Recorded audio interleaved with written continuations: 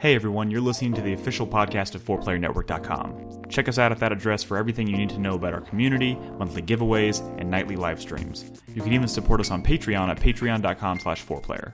And last but not least, you can catch the live recordings of these podcasts every single Thursday night on our Twitch channel. We hope to see you there. Enjoy.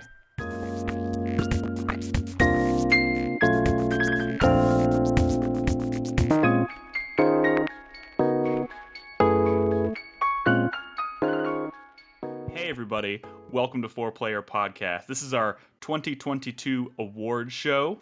We do this every single year. It's a nice way to wrap up the year in gaming. I am, of course, your host, Nick Henderson, and I am joined tonight by Brad Simons. Hello, it is I. Nolan Hedstrom. Hey, how's it going, everybody? Crispy. Hello. And Christopher Davis. Good evening. And I want to start things off tonight by a little bit of housekeeping, I suppose. If you've listened to our show in the past, we do this every year right around. Actually, we typically do this in January, so we're moving up our production schedule a lot. Trying to get this Game of the Year content out in a timely manner, because after the clock changes to midnight on January 1st, people stop caring about 2022. It's all about 2023. So we're doing it a little bit. It is totally true. So we're doing it a little bit differently this year. Fuckuary starts in January this year.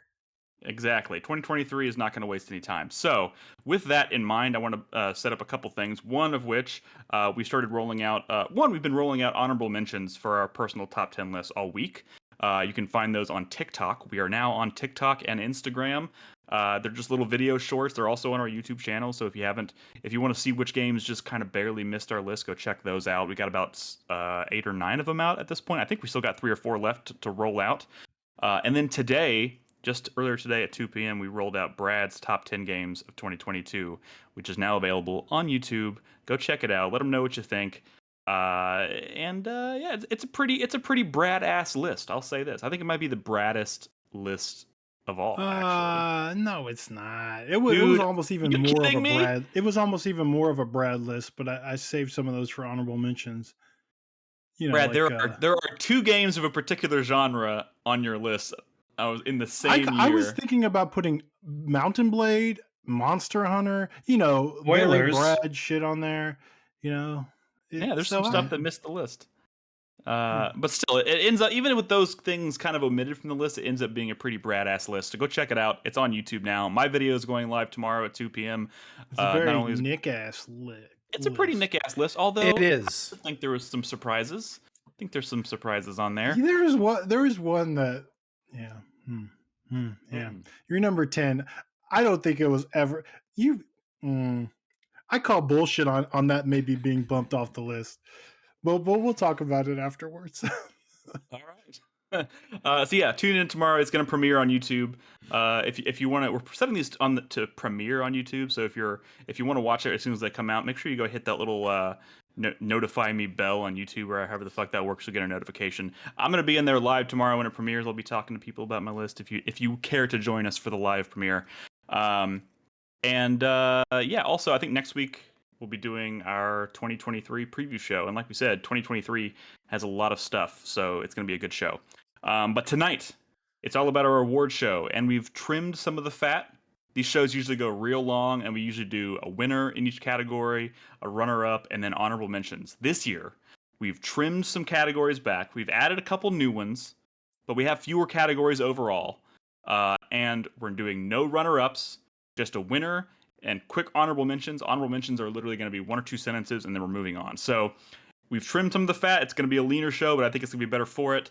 And it's forced us to make some tough decisions, I think, when it comes to these categories. So real quick, categories tonight. In the first segment, we're going to be doing biggest regret, best looking game, best new gameplay experience, and best world/level design that isn't Elden Ring. We had to specifically specify that this year because otherwise we would all be talking about Elden Ring, which is great. But, it makes it a little more interesting, I think, to do it this way. So Brad's going to set up each one of these categories, and then I guess I'm going to be the one going first as we go around. So, Brad, why don't you set up biggest regret? It's an interesting way to start this year. Biggest regret. We're starting with the thing. We usually do this one like at the end, but this year I was thinking, let's just get it over with at the top so people can know why we're not talking about X game or Y game. It's because we never played it or we didn't finish it or whatever. And I kind of feel like this is the best lead into kind of talking about all the games we played this year. So yeah, it's the sad ones, the ones that we always, we kept telling ourselves we make time to play or finish or whatever, but we didn't get there, and that's why we're regretful. All right. So, unless anybody has any objections, we can go ahead and I'll go ahead and start with my winner. Right? Is that how we're doing it? All right. Do it. It's not. It's just the award. It's not even a winner. It's just your award goes to. My award for biggest regret this year goes to Bayonetta 3. Whoa. I didn't play 1 second of this game. I picked it up at launch. Obviously, there was a whole bunch. Own it. Damn it! I own it, motherfucker. Just once in your life, I want you to say I didn't play a game, and you know mention that you own it. I finished Steel Rising today, and I was like, I'm gonna start Bayonetta 3 next. And then it was just a day of like trying to get ready for the awards and running errands and stuff, and I didn't even get to start it. So I almost got to like not say this was my biggest regret, but turns out still haven't touched the game yet. So that's really unfortunate. I love Bayonetta. I think Bayonetta is a fantastic series. It has so much personality and just style to it, and even though it is kind of stuck on the Switch, and that's kind of that's kind of a bummer. I think Brad has made that pretty painfully clear. It's a We've bummer. all made it clear. All of us who've played it have made it clear that we're kind of sad that it's on the Switch. But there's still just like an air to that game, just like a personality, just it's Bayonetta. That game's fucking sexy, and it knows it, and I love it. And I'm really sad that I didn't get a chance to play it. But yeah, I don't know what else there's to say about it. I'm gonna rectify that. I think I'm gonna start that tomorrow. So, but of course the award show's tonight. So, as of right now, and also I've done my top 10 video, so there's no way in hell it's gonna make it onto my top 10 list. That's it. Bayonetta 3. And we're gonna go around and do honorable mentions afterwards? No, right? no. I think that, At the end, we're gonna rattle them off. Okay, yeah. That's what you're saying. So we're gonna keep going. Yeah. All right. So who's next? Who's going next? Nolan. Nolan, what's your biggest regret? My biggest regret for the game I didn't get to, and I really wanted to in 2022, is the case of the Golden Idol. I've been seeing this one a lot. It only came out a few months ago, I think in October. But everything I saw about it looked fantastic. I've heard nothing but good things. It very much reminds me of like Obra Dinn. Has an interesting art style. Think old school Monkey Island.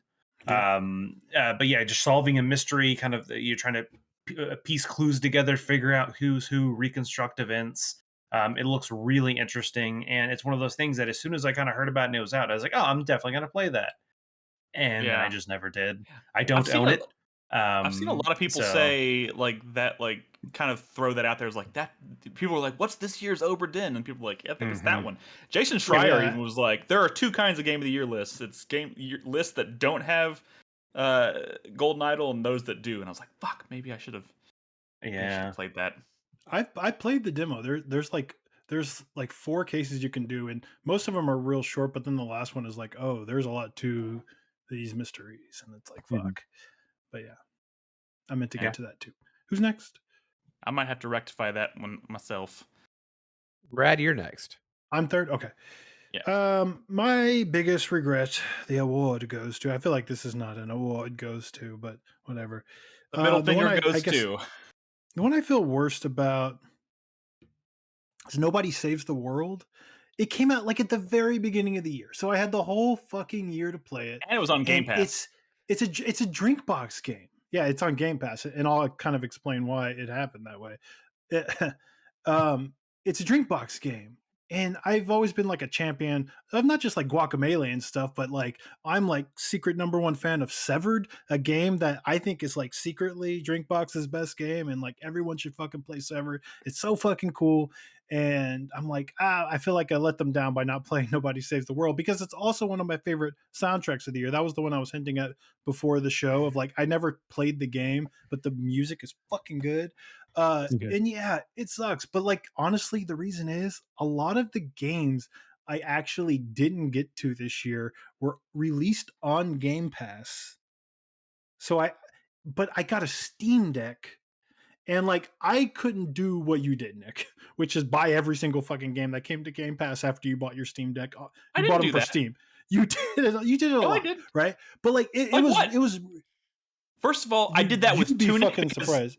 I did that with Tunic because Tunic would not run on my PC on Game Pass. it I is had to buy it on Steam. And the other one, I don't know what you actually it's know. a lot. It's a lot, but we don't have to get into that list I now. think you're full of shit, Brad. I'm not. You'd be surprised. You probably didn't even realize, honestly, unless you're checking it regularly. So much shit came out for Game Pass, and yeah, it was the thing where like I have my Steam Deck, I want to play that game, but it's like a little too twitchy to kind of like stream it to my device. So it's like, oh, I'll get around to it. But like, so little of my time this year was spent in front of a PC. Like I almost played nothing on a PC this year. They even did like a little Steam like summary thing at the end of the year, and it showed you the percentage of games you played on like Steam Deck versus your actual PC, and it was like this tiny for actual PC. And because I had access to those games, I couldn't bring myself to buy them on Steam just so I could play them on my Steam Deck. And I was like, I'll get around to it, but I never did, and I feel bad. I feel like I let Drinkbox down, and you did. Damn it, I still might buy it on like a Steam sale, but yeah, It's a great. it's is a crazy great how game. much came out for Game Pass. I do highly recommend it. What was I gonna say? You were talking about Game Pass. Oh, Brad, I got my Steam Replay thing the other day. Do you see how much Monster Hunter I played this year? I was pretty proud of myself. That's by far the game I played the most on my Steam Deck. It was 49% of my Steam playtime this year was Monster Hunter. So yeah, but that's because like you, I replayed Rise. Yeah. Before some break. So yeah, it's a bit of a cheat on my end, but still, I was like, that game's pretty good. All right, who's next? Crispy or Chris Davis? Me. Crispy. It's in alphabetical order. Oh, I guess that makes sense. No, it doesn't. It's not at all. Oh, well, then it doesn't make sense. My biggest regret of the year goes to Tunic. Yes, as it fucking should be. Yeah.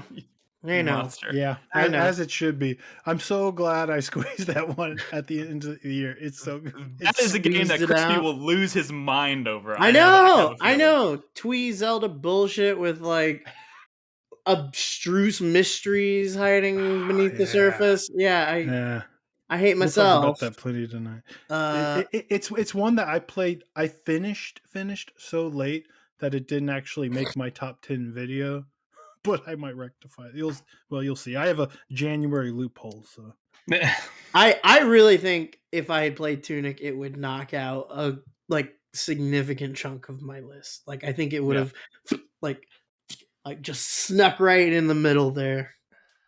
Well, maybe not even the middle.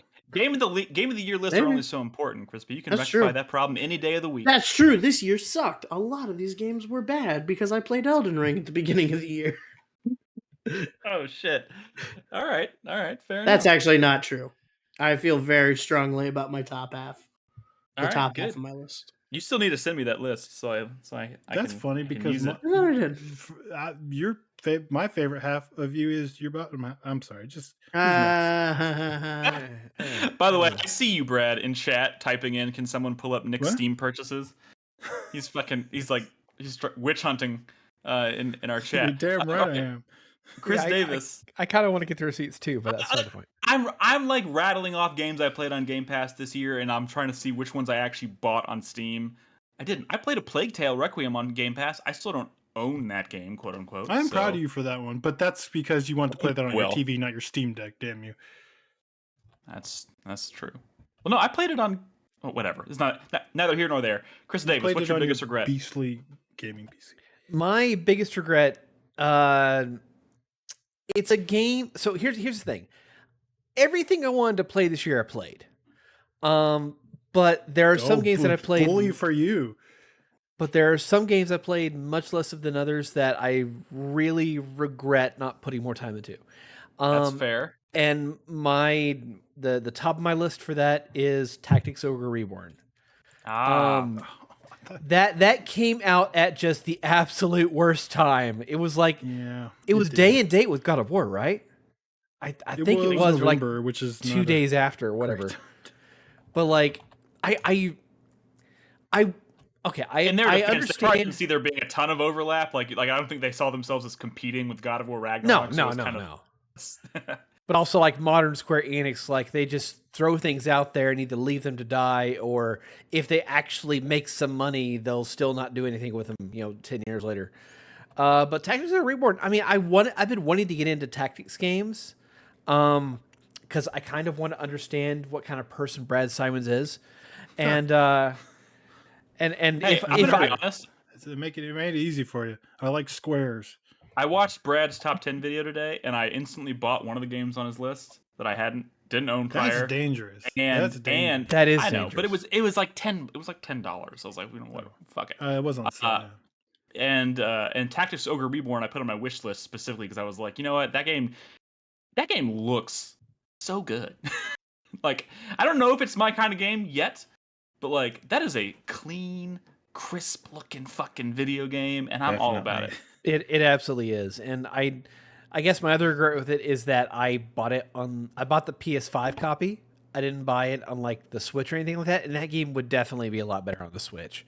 That does seem like a hand. Like I was like, the fuck runs great on playing that on my TV seems like I would just be throwing money in a trash can because I probably wouldn't do that.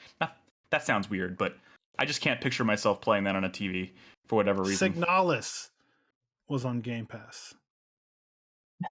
Right, but I definitely wanted to play that on Steam Deck. Definitely. Brad's still wanted to- doing his research. That's what I'm saying. I have no idea how to work the Steam app, so I can't even see your shit. I So, don't think you Signalis got was on off. Steam. Was on Game Pass at launch. I It could was, be it wrong was. about that. Oh well, fuck me. Okay, whatever. One game, Brad. One game. And again, I can't stress this enough. I bought Tunic on Steam because I tried to play it on Game Pass, and for whatever reason, PC would not stop crashing, or the game wouldn't stop crashing. So I bought it on Steam. Proteus on Game Pass. Okay, who is fucking feeding you these? No, somebody go look. It's a lot longer. Never mind. We are derailing. Who's next? Also, I bought Proteus before I went on a vacation, so I specifically wanted to play it on my Steam Deck. So, fuck you. All right. Oh, now you're going on vacations. Shut up, Nolan. All right. Our next category, Brad, set it up. Best looking game. Tell us what this means. Oh no, honorable mentions. What does Honorable it mentions. mean? Honorable mentions for regrets. I got like a million of those. Yeah, I have a lot. Yeah, I regret also not getting to Pentiment.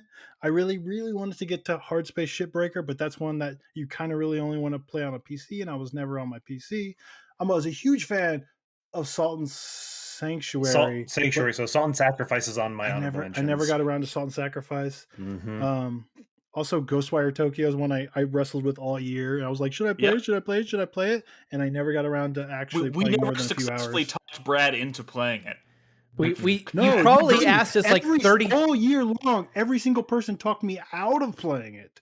Yeah, as they should have. Every week it was you. You were messaging us and DMing us. Should I play Ghostwire Tokyo? Talk me into it. Everyone what's kept it telling like? me no. Chris Davis loves that game. Even though you went on the podcast and you were like, I love it. It's great. Even you told me no. Everyone told me no. Some honorable mentions for me real quick. Dying Light 2, Stay Human. Loved the first one. Meant to get to the second one, never did. Ironically, the top 3 of my honorable mentions are all sequels. So it's Dying Light 2, Salt and Sacrifice, and then Mario plus Rabbids Sparks of Hope. Where like some of the ones I just didn't get around to, and all of them were at least decent games.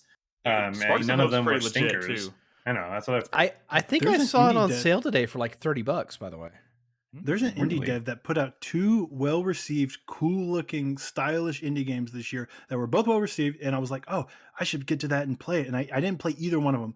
It's the Ollie Ollie devs. They did Ollie Ollie World at the beginning of the year, and then Roller Drome towards the end of the year. And they both look really cool. They're both well-received, and I'm like, fuck, I didn't play either of them. But yeah. Honorable mention for me, Xenoblade Chronicles 3. This is more of I'm sad that I put it down because I love those characters, and I was just like, I wanted maybe more than any other game I played this year. I was like, I want this to be the game that kind of like gets past my defenses and surprises me and makes me like turns me into a fan of the series, kind of like Monster Hunter Rise did last year. I was hoping Xenoblade Chronicles 3 would be that game, and the combat lost me, and the world is just kind of a mess.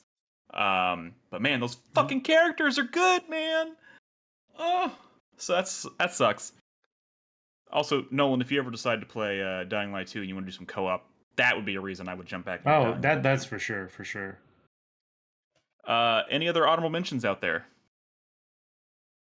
No? Nolan or Crispy, I think you're muted. Oh yeah, sorry. Yeah. I wanted to mention the Entropy Center. Oh This is a game- yes, that This was is a cool. game I wanted to play.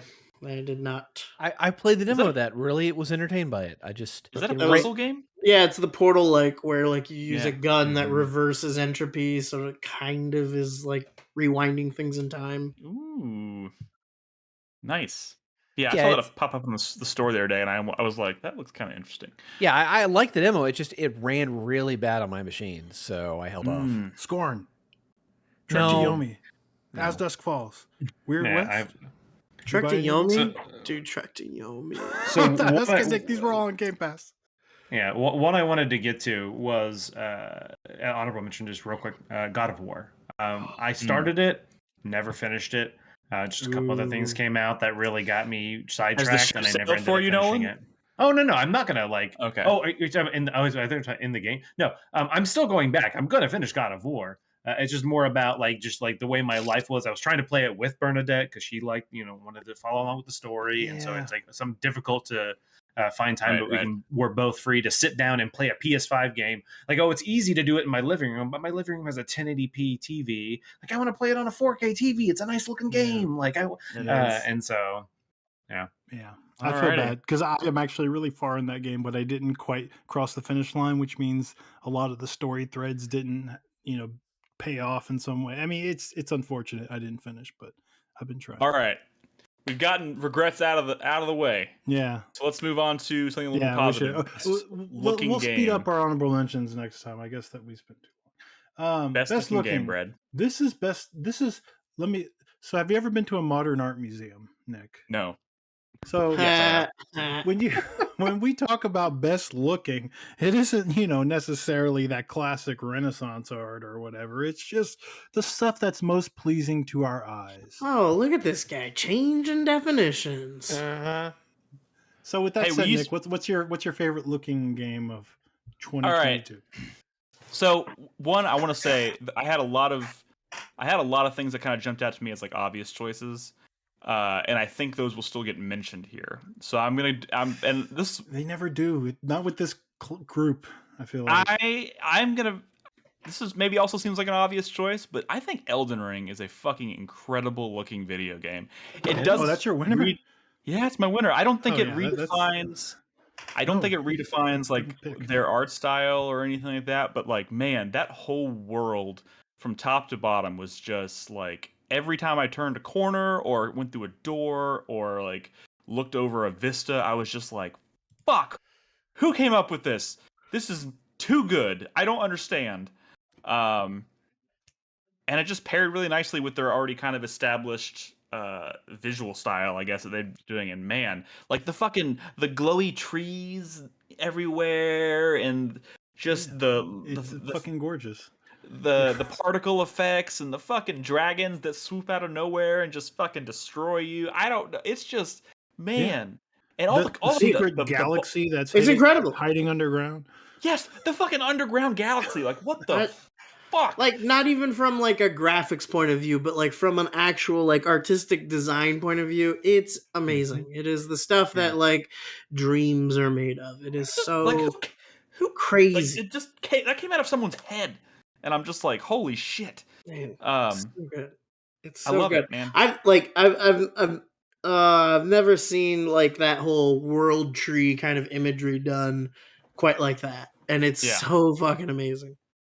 And not to mention so many of the characters and the bosses, obviously they're always all of their games are on point with that shit, but just the Radon Mm-hmm. as a boss and his little tiny horse, Liberty Horse. oh, it's so good. And just the whole positioning of that boss fight being at this festival, and there's meteors falling out of the sky. Oh my god, man, that game is on another level. It's so fucking good. That's my winner, Elden Ring. You All might right, even say it could win any of these awards. It could. Nolan, what's your win? Yeah. what's And your it winner? should have. So my winner for best looking game is The Looker. I'm just kidding. That's a joke. Don't write that, Chris Davis. My real winner is Tunic.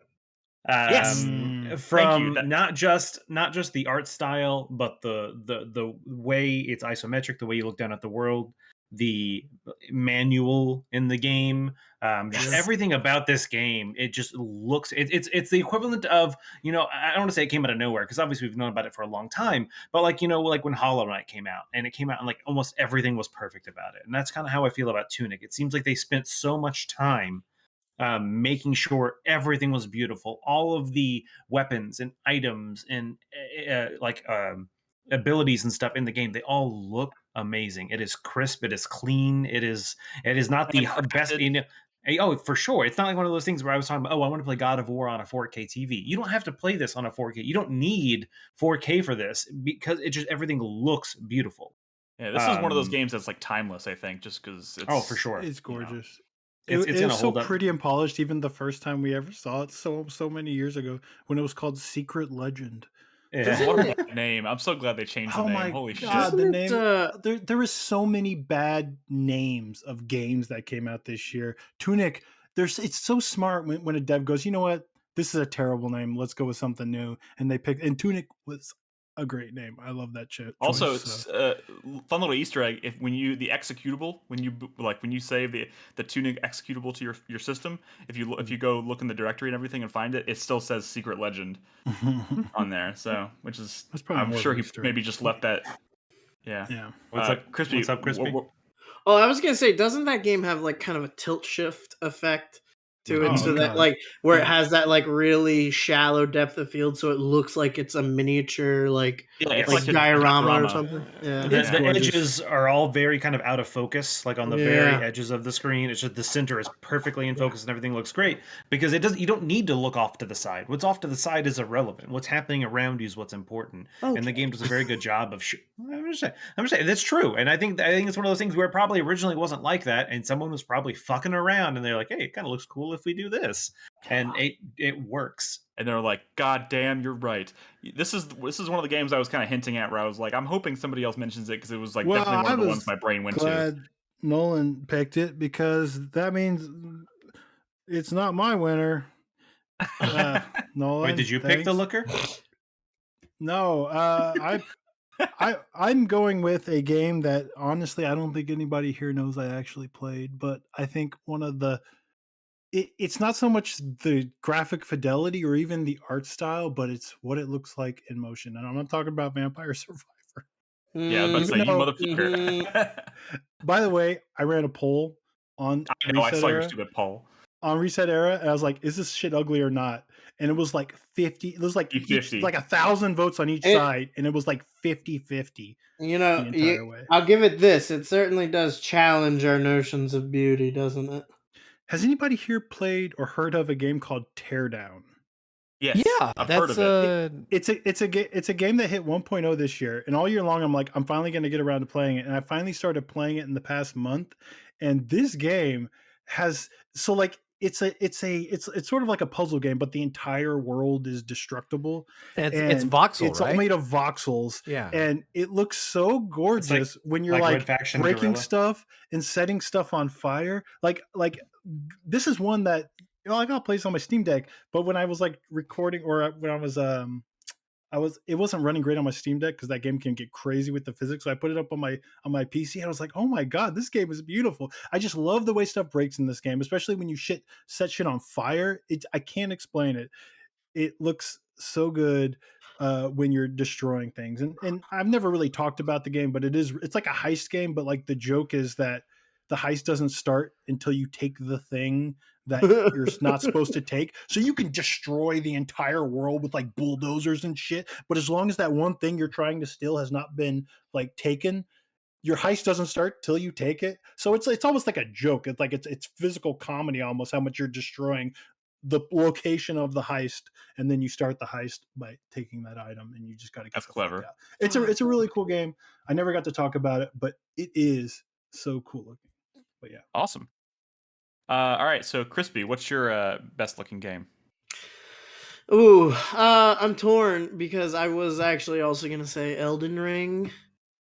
Sorry. because I do honestly think that is the most beautiful game all year. Just like visually, aesthetically, spiritually, like what a Yeah. wonderful game. But instead, I'm gonna say Tactics Ogre Reborn Yes, Ooh. thank you. because See, it was already a beautiful game, and they just add a little bit of spit shine to it, and it's still fucking timeless. Like it is better than most of its contemporaries in the visual appearance, I would say. See, that's Yeah. what I was saying. When I was watching If- Brad's video, spoiler alert for Brad's video, but he was showing, and Brad said something along the lines of like, it still looks like a Super NES game or whatever, and it sounded like he was kind of alluding to like maybe it's not the like best looking game, and I was like maybe Brad's just kind of like because he's played it so many times and he's played so many different versions of it, he's not maybe seeing because like the first time when I saw it while watching his video, I was like, this is a really really sexy looking game. It's a timeless art style, but what I was suggesting is that they're like Super Nintendo sprites still. Like they haven't fucked Right. with the sprites. So like I was more Mhm. alluding to the fact that they're selling the game for $60, and there's a lot of people who don't know the work that they put into the remake. So they're as an outsider, it looks like an old game that they're selling for $60, Gotcha. but Right. it's far more than a port. But of course, I Mhm, like the mhm. look of Tactics Ogre. Mhm. I actually prefer it to the look of like like Triangle Strategy. Everyone's been talking about HD 2D, and it's all like there's too agree. much bloom, and it all it's kind of like muddy and stuff. And honestly, I I actually do still prefer feel the like look of we're some 2D. waiting. I feel like we're waiting because like eight HD 2D or whatever we're calling it is like it is a really cool They're visual getting style. But there, I but think I think we're still I waiting for think that one game to come out and do it and be like Live the Alive full looked cool. package. I think part of the problem that like that Triangle Strategy art style looks cool. I don't think they've nailed just like simple lighting and color palette though, which Yes. Yeah, Tactics Ogre does extremely well. Yeah. Like it has lower fidelity graphics, but because those colors and those palettes are just like fucking like FFT so is such a good. beautiful game too that if they ever remake that, and I really hope a lot of people are saying like, oh, do HD 2D, and I think that would help sales and stuff. But I really think with FFT as well, I think they need to try to maintain that art style because I mean that's that's that's It's classic. it's I love part of it, man. It's classic. it. Anyways, All right, Chris Davis, what's your best looking game? I want to get shit for this, but I don't care. It's I'm going to give it to Ghostwire Tokyo. I No, you really don't get shit for that. That's a cool well, looking game. you know It- I'm going to give you shit for that. How dare you? That's like the best thing about that game. that game is it just does look cool. so. Whatever the gameplay you make of it is, I mean, I don't think it's divisive. Right. It's probably in the negative, but the visual design of the world and the atmosphere they put off, especially when you're near the Ghost Parade, is just No, it's almost that chilling, is why really. we're going to talk about that at some point. But Yeah. you're right. I totally agree. I think that is one of the most visually striking games of the year. It's one of those things where it's like, God, I wish it. I know it came together for you and you love that game. That's fantastic. I wish that is one of those games like, God, it looks so good. I wish everything else came together for me because I mean, I always it is thought the trailers and stuff for that game looked so fucking cool, and that's why that's why it was such a big regret for me. But what do you mean you're going to talk about it later, Nick? What are you trying to say? in best Oh, wait, new you go gameplay first anyways. experience coming up. I'm just kidding. Yeah. Yeah, Do what you is have our anything else you want to say next about it? Or well, we got to do honorable mentions, bitch. Hold up. Oh, I mean, I don't need to say anything else. I mean, I think it is a visually stunning game in my eyes. I just wish the palette. gameplay would have matched up to it.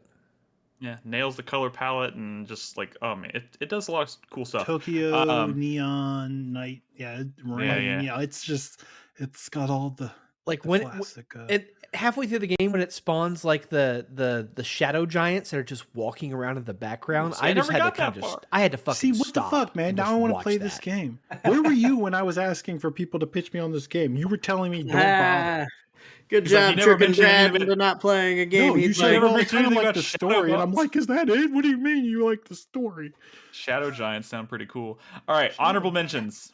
Let's quick honorable mentions. Brad. for Elden looking Ring. games. I don't know, fucking God of War. Elden and Ring looks stuff. beautiful. Elden Ring. Yeah. God Also- of War is on mine. Also, Yeah. I'm Like gonna. I play so many butt ass like indie looking indie games sometimes, right? You've seen my top 10 list, But when I finally like turn on like God of War, and you're like, oh, this is why I bought a 4K TV. Okay, yeah. Vampire Some games Survivor. look better than others. Yeah, Vampire Survivor. Vampire Survivor. You have to get to 20 minutes to understand what we're talking about, Nick. Yeah, I thought it was 30 minutes. You'd have to play. Well, well, Nick. You should give it like 2 hours. But 30 minute, 2 hours is like a few runs of 30 minutes. Honorable mention for me, real quick. It felt like a cheat, but I think so much work went into like the set design and stuff for Immortality that I think it's just like an incredible project to look at. For sure. Yeah. Honorable mention. Go ahead. Go ahead, Chris. Nope, I said it first. Fine. Thank you. Honorable mention for me, and this might be also a cheat. Somerville. Like I think we're gonna completely skip over that game tonight, but damn, they did a great job on that simplified art style. It's one of the that's a game that I think is just going to get skipped over by a ton of people because when it came out and how it came out. Immortality is a cheat because it's live action. Yeah, they just rented a cool looking hotel. Like, kind of. Good point. So honorable mentions for me, real quick. Sorry, I was going to say with honorable mentions, why don't we just kind of go in the same order as we normally? So that way we're not like throwing them out randomly. But yeah, I'm not for right now. Go ahead, Nolan. Cult of the Lamb. Fantastic looking game, great art style.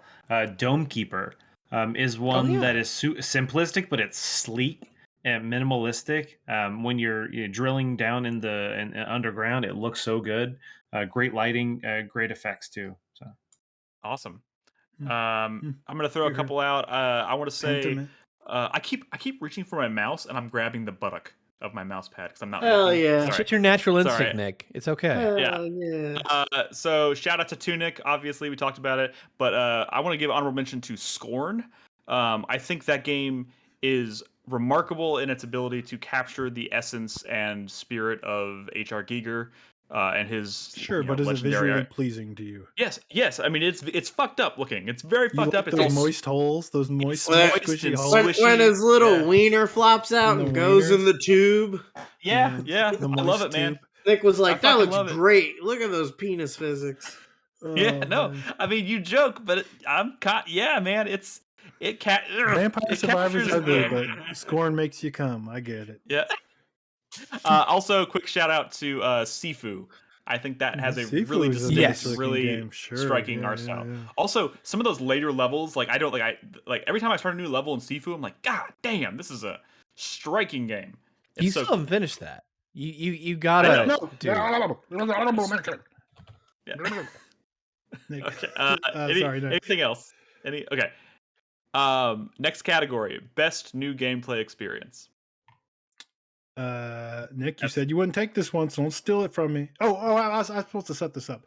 Oh yeah. I feel like so many of these award shows, when you really like kind of break it down, they're talking a lot about story and characters and moments and the visuals and the music. It's a lot of like the right brain stuff or whatever, you know what I mean? And I feel like the gameplay stuff kinds of get ignored, and that's sort of why I wanted to do this category. We've been doing it for the past couple of years now. I think it's best new gameplay experience, and I know that's kind of broad, but any sort of like cool like mechanic or gameplay loop or just a real fresh idea in a game that kind of like impressed you, that's sort of what I mean by best new gameplay experience. Right. For example, need a new title, but whatever. My winner, I have a feeling I might be about to steal this from somebody, and I apologize if that's the case. We talked about this, Nick. Neon White. Okay. Neon White is unlike anything I've ever played personally. It's true. It's true. This is a good one. It is one of the only games I can think of that like managed to get me hooked on like leaderboard shit. Which is I never do that, and I just sitting here trying to beat Nolan's score and being like, "Fuck Nolan!" Cursing Nolan's name at the dead of night. I definitely did not go back and rebeat some of your scores, especially earlier this week. I did though. Check those leaderboards, Nick. Nolan captured some footage for Game of the Year, and I was looking at it, I was like, "This motherfucker! I can see him. I can see what he's doing." That game is so fresh, man. Just Mhm. like the platforming and like even like the cards was such a weird implementation, but then like it's about like platforming perfectly, trying to get the right cards to make sure you can eliminate all of the enemies because you But have to it's eliminate the enemies on the way to the finish line, and it's just like it's not even there's so many about that. layers. It's also that the game presents you a path in a way that will allow you to solve the level. But often the actual better way to do it is completely outside the box. You have to rethink how you're doing it. You know, the game's like, here's this purple gun, but if you don't use it now and you do this instead, you can use that in a minute to jump over a spot to get to somewhere. And so it's all about trying to figure out that optimal path and figure out, because what it often ended up happening would, you know, you beat the level and it's like, oh, and then you unlock the leaderboard and someone beat it in like 15 seconds faster than you. And you're like, what the fuck? I Dude, thought I did this perfectly. Dude, the craziest shit is when you're looking at the leaderboards and you finish a mission and it says like the top 5 and it's like between 5 and 4 there's like a 20-second gap, and then the other 4 are like 0.2, 0.3 seconds, and you're just like, those people found the secret sauce in this level, and they're just like No, leapfrogging each those are the other. people who obsessed over their time. And like I was doing that early on, and then at some point I was like, all right, if I get the ace medal or the platinum or whatever it was, I'm good. Let's move on. And the gift and the platinum, and I beat next time. Let's move on. Yes, thank you.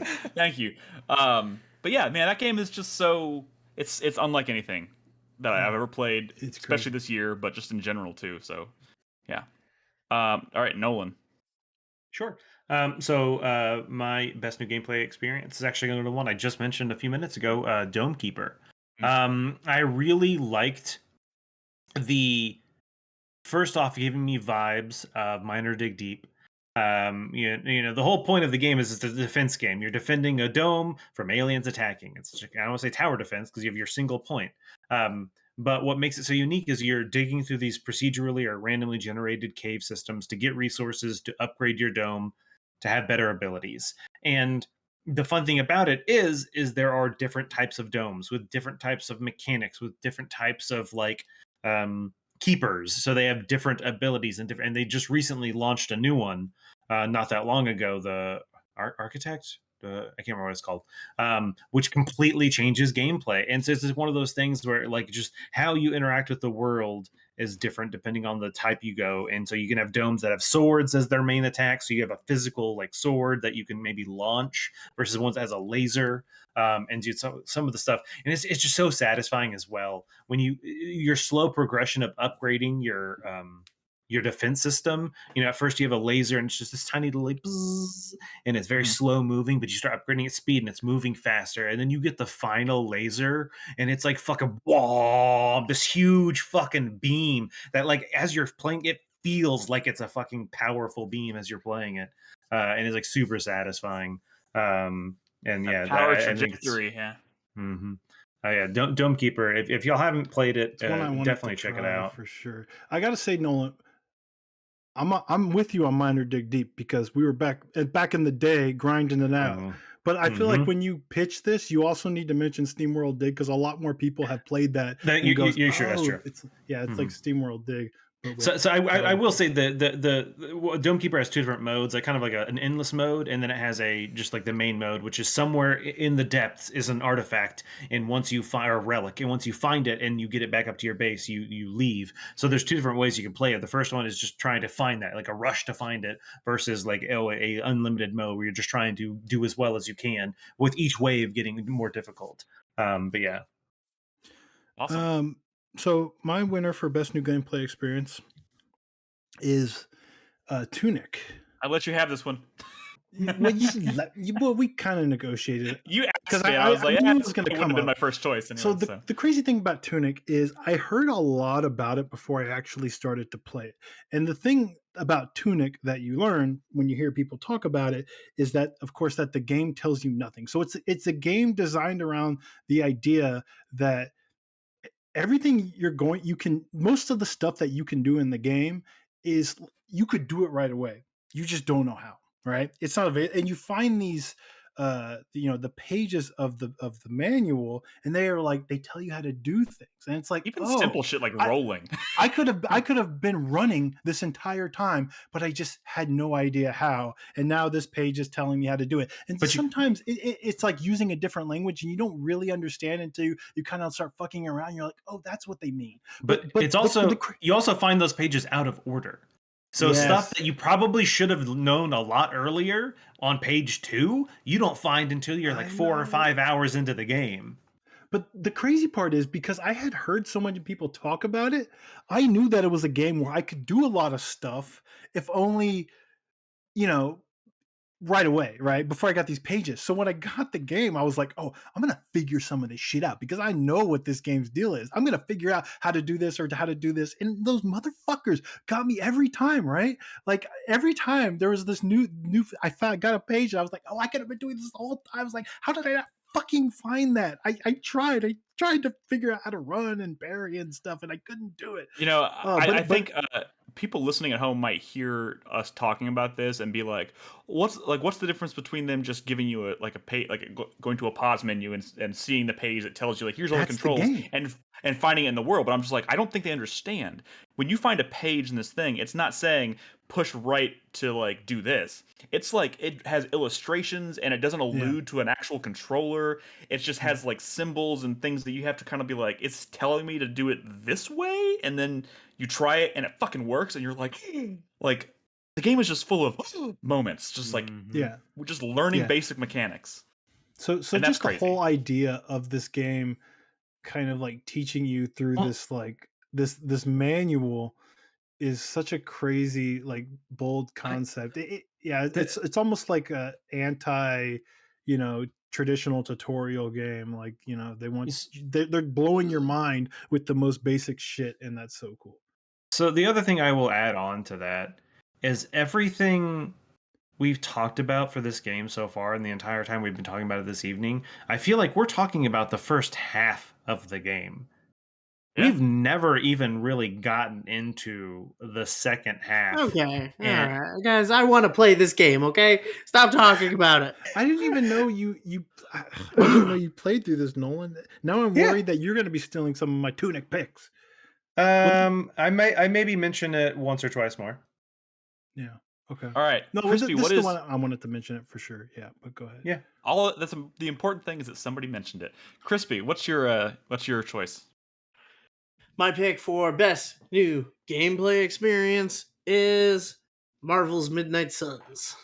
Ah, I really enjoy this game's particular blend of deck building, card battler, and like turn-based strategy game, because I think they aren't afraid to break certain conventions in each of them. For instance, what I really like about the strategy side of it is that it's so much more about positioning than it is about like management of movement, if that makes sense. Like they don't give you a limit to how far you can move in a single turn. They say you can go from one corner of the screen all the way to the other corner if you want in a single move, but you can only do 2 moves. You know what I mean? yeah. So I think that opens up a lot of flexibility for setting up certain combos and certain effects with powers and abilities that you get, which they leverage into the card battling aspect of it really well, because I think there's a lot of really interesting abilities once you start unlocking like rare cards and epic cards, and you start upgrading cards. You start getting these really interesting combos that use the space very well. Knocking and positioning enemies around is really important. Lining up enemies is important. It lets you do really cool, powerful, superhero like stuff without removing tension or removing a challenge from the combat. You know what I mean? I agree. I Any keep sort of forgetting good, that like, the cards positioning are stuff even. is always so good in a tactics game for me. So, Yeah. I keep I'm forgetting glad. cards are even part of this game, and Oh, yeah. it's so fascinating to see all the different ways develop. It's like a lot of developers just realize how cool cards are and just started implementing them the past few years, but like in It's really a way to creative introduce. ways. It's a way to introduce like randomness without relying on like something like percentages, which is sort of what XCOM did, right? Because Yeah. right, a superhero is not going to miss, so maybe a superhero is just not going to get the card that you want at the time, and that's how they sort of keep you on your toes. It's cool. It's a really cool Yeah, game. it's It's smart. yeah, it's a really fuzzy interesting. December game for me though. So Yeah, I highly recommend it. And I think that the mix between like the combat and the out of combat stuff play into each other really well.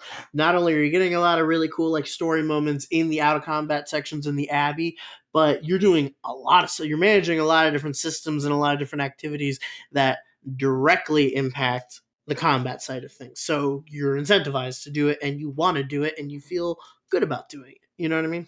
Right. Alrighty. Chris Davis. Okay. I have a similar answer to Chris with deck building card base mechanics, but my answer is actually Potionomics. A game I Ooh. talked up a little bit. Potionomics, that's how you spell it. You did go hard on Potionomics last week. Yeah, or 2 I weeks ago. did. And I could have probably talked for at least another 10 minutes more about how much I was enjoying it. But this was kind of like my first year in which I've gotten into like deck builders. Like I dabbled before in some kind of like, various little things, but not an actual start to it. And between Kaiju Wars and Potionomics, I really started to get into it. Potionomics' use of cards as not necessarily battle mechanics, but conversational mechanics in which you're trying to sell potions and raise the price of them to a customer. It just Haggling cards. they're called haggle cards. That's exactly what they are. And Are how they? you earn cards by building up relationships with characters and building out your deck to have various different play styles that could, in the end, give you massive bonuses towards your sell price. There was a lot of risk and reward, but a lot of fun to be had there. There was already a level of stress in that game with trying to make enough money to be ready for a competition, to get the best materials and ingredients to make the best potion possible for that competition. But the mechanics of haggling was always something I was looking forward to as soon as I rolled over to the next day in the business. I know this is a little off topic, but you did briefly mention it, and since we've already moved past best looking game, I'm really surprised you didn't mention Kaiju Wars and best looking. Just saying. Kaiju Wars Well- is a game that was basically designed just for me, and I think that's a bit of a Right. cop out. No, that's like that's that's we. not how that That's works. why you should mention shit like that. Well, I mean, Nick, I want to say this, kind of like how I did about music, how like every fucking game soundtrack these days seems like it's awesome. Also, like every indie game is like awesome looking these days. So it's Except for Vampire Survivors, I think we can all agree on that. All and right, some of the games. why in don't my you? top 10. All right, honorable mentions. Let's go in order this time. So since I'm the first, I'll do honorable mentions for best new gameplay experience. I'm gonna give honorable mention to The Mortuary Assistant. It is a horror game that is built around doing the tasks of a mortician. So you're pulling a body out of the morgue, wheeling it down the hall, and then you have to like dig through cabinets and cupboards to like find tools to like staple their jaws shut, put the caps over their eyelids, suck the juices out of their abdomen, and like the entire time you're doing all this stuff, you're like checking off, you're doing a checklist of stuff to prepare the body. Nick, The entire time you're doing that, you're being haunted, and random things will start happening, and that shit is just. You gotta it's fresh. juice the corpses? oh yeah, You you gotta got to juice drain the all the corpses, blood. Yeah. Yeah, you gotta like stick this little Oh, we've probe in talked there and about like suck Of it course, all you out. choose Yeah. them. I know. I just like that he calls them Jews. The footage that was recorded and is being used in your Game of the Year video tomorrow, I could not believe what I was watching. Yeah, neither could Robin, because Robin decided to volunteer to record the footage because she also fun fact, Robin, not a big PC gamer, in fact, not a PC gamer at all. The first game she's ever played in her life using mouse and keyboard is The Mortuary Assistant. I find that to be a random, just fascinating fact at this point. She learned how to use WASD and a mouse with The Mortuary Assistant, which I think is hilarious. Well, that's your runner-up. What's your honorable mention? No, that was my honorable mention. We're not doing runner-ups, bitch. That's not. I'm sorry. I'm sorry. Nolan, honorable mentions. Sorry, this just happens every year. I can't believe we're already an hour in and we're only on the third topic. It happens Yeah, every year. I told y'all we were gonna need to start. Honorable mention for new gameplay experience, right? Yes. Yep. Okay. Bones Cafe. Yeah. Fantastic little indie game. I talked about it a few times on the show. All about serving customers, but the problem is the ingredients you need to serve customers is other customers, and so it's all about kind of getting them in, hiding them, taking them out to use them to gather resources. But as recipes get more complex, you can't do it all yourself. So you have to control minions by literally taking over their body, making them do a simple task, and then releasing them, and they just do that one task. But it comes extremely complex to the point where you'll have like 100 minions doing shit at once. Really fun game if you haven't seen it. Check it out. All right. Before I Brad. mention my honorable mentions real quick, I just want to say I feel like I have a good idea for next year. It's too late to do it now. It's that next year when we do honorable mentions, let's just it'll require a little bit of research. Let's name the game and then mention the podcast number where we talked about it. I mean, we have all our videos timestamped and everything. So if people really want to hear us talk about it, they could just jump to that episode, click on the timestamp, hear us talk about it. We don't That's waste not too a much bad time. idea. Don't forget that Um, idea, and I'm going to need you to with that remember that said, until next year. 2 quick honorable mentions. I gotta say, Vampire Survivor. It's a game that you hear about it, plays itself. It doesn't really, but that was pretty cool. It's an My anti-bullet second honorable hell. mention. My second honorable mention is Bayonetta 3. I just want to special mention to the demon slave mechanic where you're controlling your big demon slaves in battle. I feel like Bayonetta is famous because all the cool shit you see in other games cutscenes, they let you play. And the one thing Bayonetta you never could control is like her giant demons. But in this game, they did it and they made it work. It's actually one of the more quality parts of the game. So I thought you were going to mention Bayonetta's demon Trainanetta. slave system. Train and Netta. Well, that's just one of many forms. Crispy. Takes, but yes. I'm gonna say Against the Storm for being a roguelike colony sim. That's a really neat idea. That breaks down colony sim games into like a very digestible form. A lot of fun. And Gundam Evolution because it is really fast paced. It feels like an Overwatch type first person shooter, but I I didn't think they'd be able to do it, but they do preserve that feeling of like giant mechs. So you're not just limited to like the sort of movement that a human would have. You have like hovering and you have strafing and stuff like that, and it still feels heavy and big, but like has that like quickness and snappiness to it. It's really good. Sure. Alrighty. Chris Davis. Uh, I'll go ahead and mention this one since I'll probably get shit for it anyway. The melee combat mechanics of the Callisto Protocol. I actually really like how they did that. How they took a pseudo Dead Space formula and made melee combat simple and work. I like what they did there. And I understand why it's divisive, but that's already a divisive game. So I think that's where it belongs, if anything, in an honorable mention for sure. yeah. Yeah, Brad's doing physical comedy over here to make fun of it. All right. Last topic for this segment is going to be best world/level design that isn't Elden Ring. Brad, Which, that's you. That's your cue. Everyone hates Elden Ring, so I feel like maybe they're going to be like, bah humbug. That's not even my favorite world. Elden Ring sucks now. But yeah, no, I think I thought it was good because really, it's like one of the best worlds ever. So I feel like we could have all brought it up, and that wouldn't have been fair. But someone would have felt compelled. This way, we all acknowledge Elden Ring, amazing world design, and now let's talk about other games. So with that said, Nick, what else you got? The obvious choice here for me is going to be Tunic, because I've been talking about it all year. I know I drove certain people crazy by mentioning the Golden Path, but so much about what makes this game brilliant is that Golden Path puzzle. Or I don't calling it a puzzle is selling it short. It's just I don't even know. I don't know how to just fucking describe it. It's like the backbone of the game, and it's optional. You don't have to do it, but like the way they kind of wove it into the main game and that's the thing, Nick. It's there the whole time. Yeah, it's never hidden. It ties right back into what y'all were talking about before, where it's right in front of your face. And the number of times in that game when after I decided, okay, I'm going to start trying to do some of these more secret things, I kept having these moments where I was like, "Holy fuck, that was right there the entire time. I had no idea." It's Like, very with much the like The shortcuts. Witness.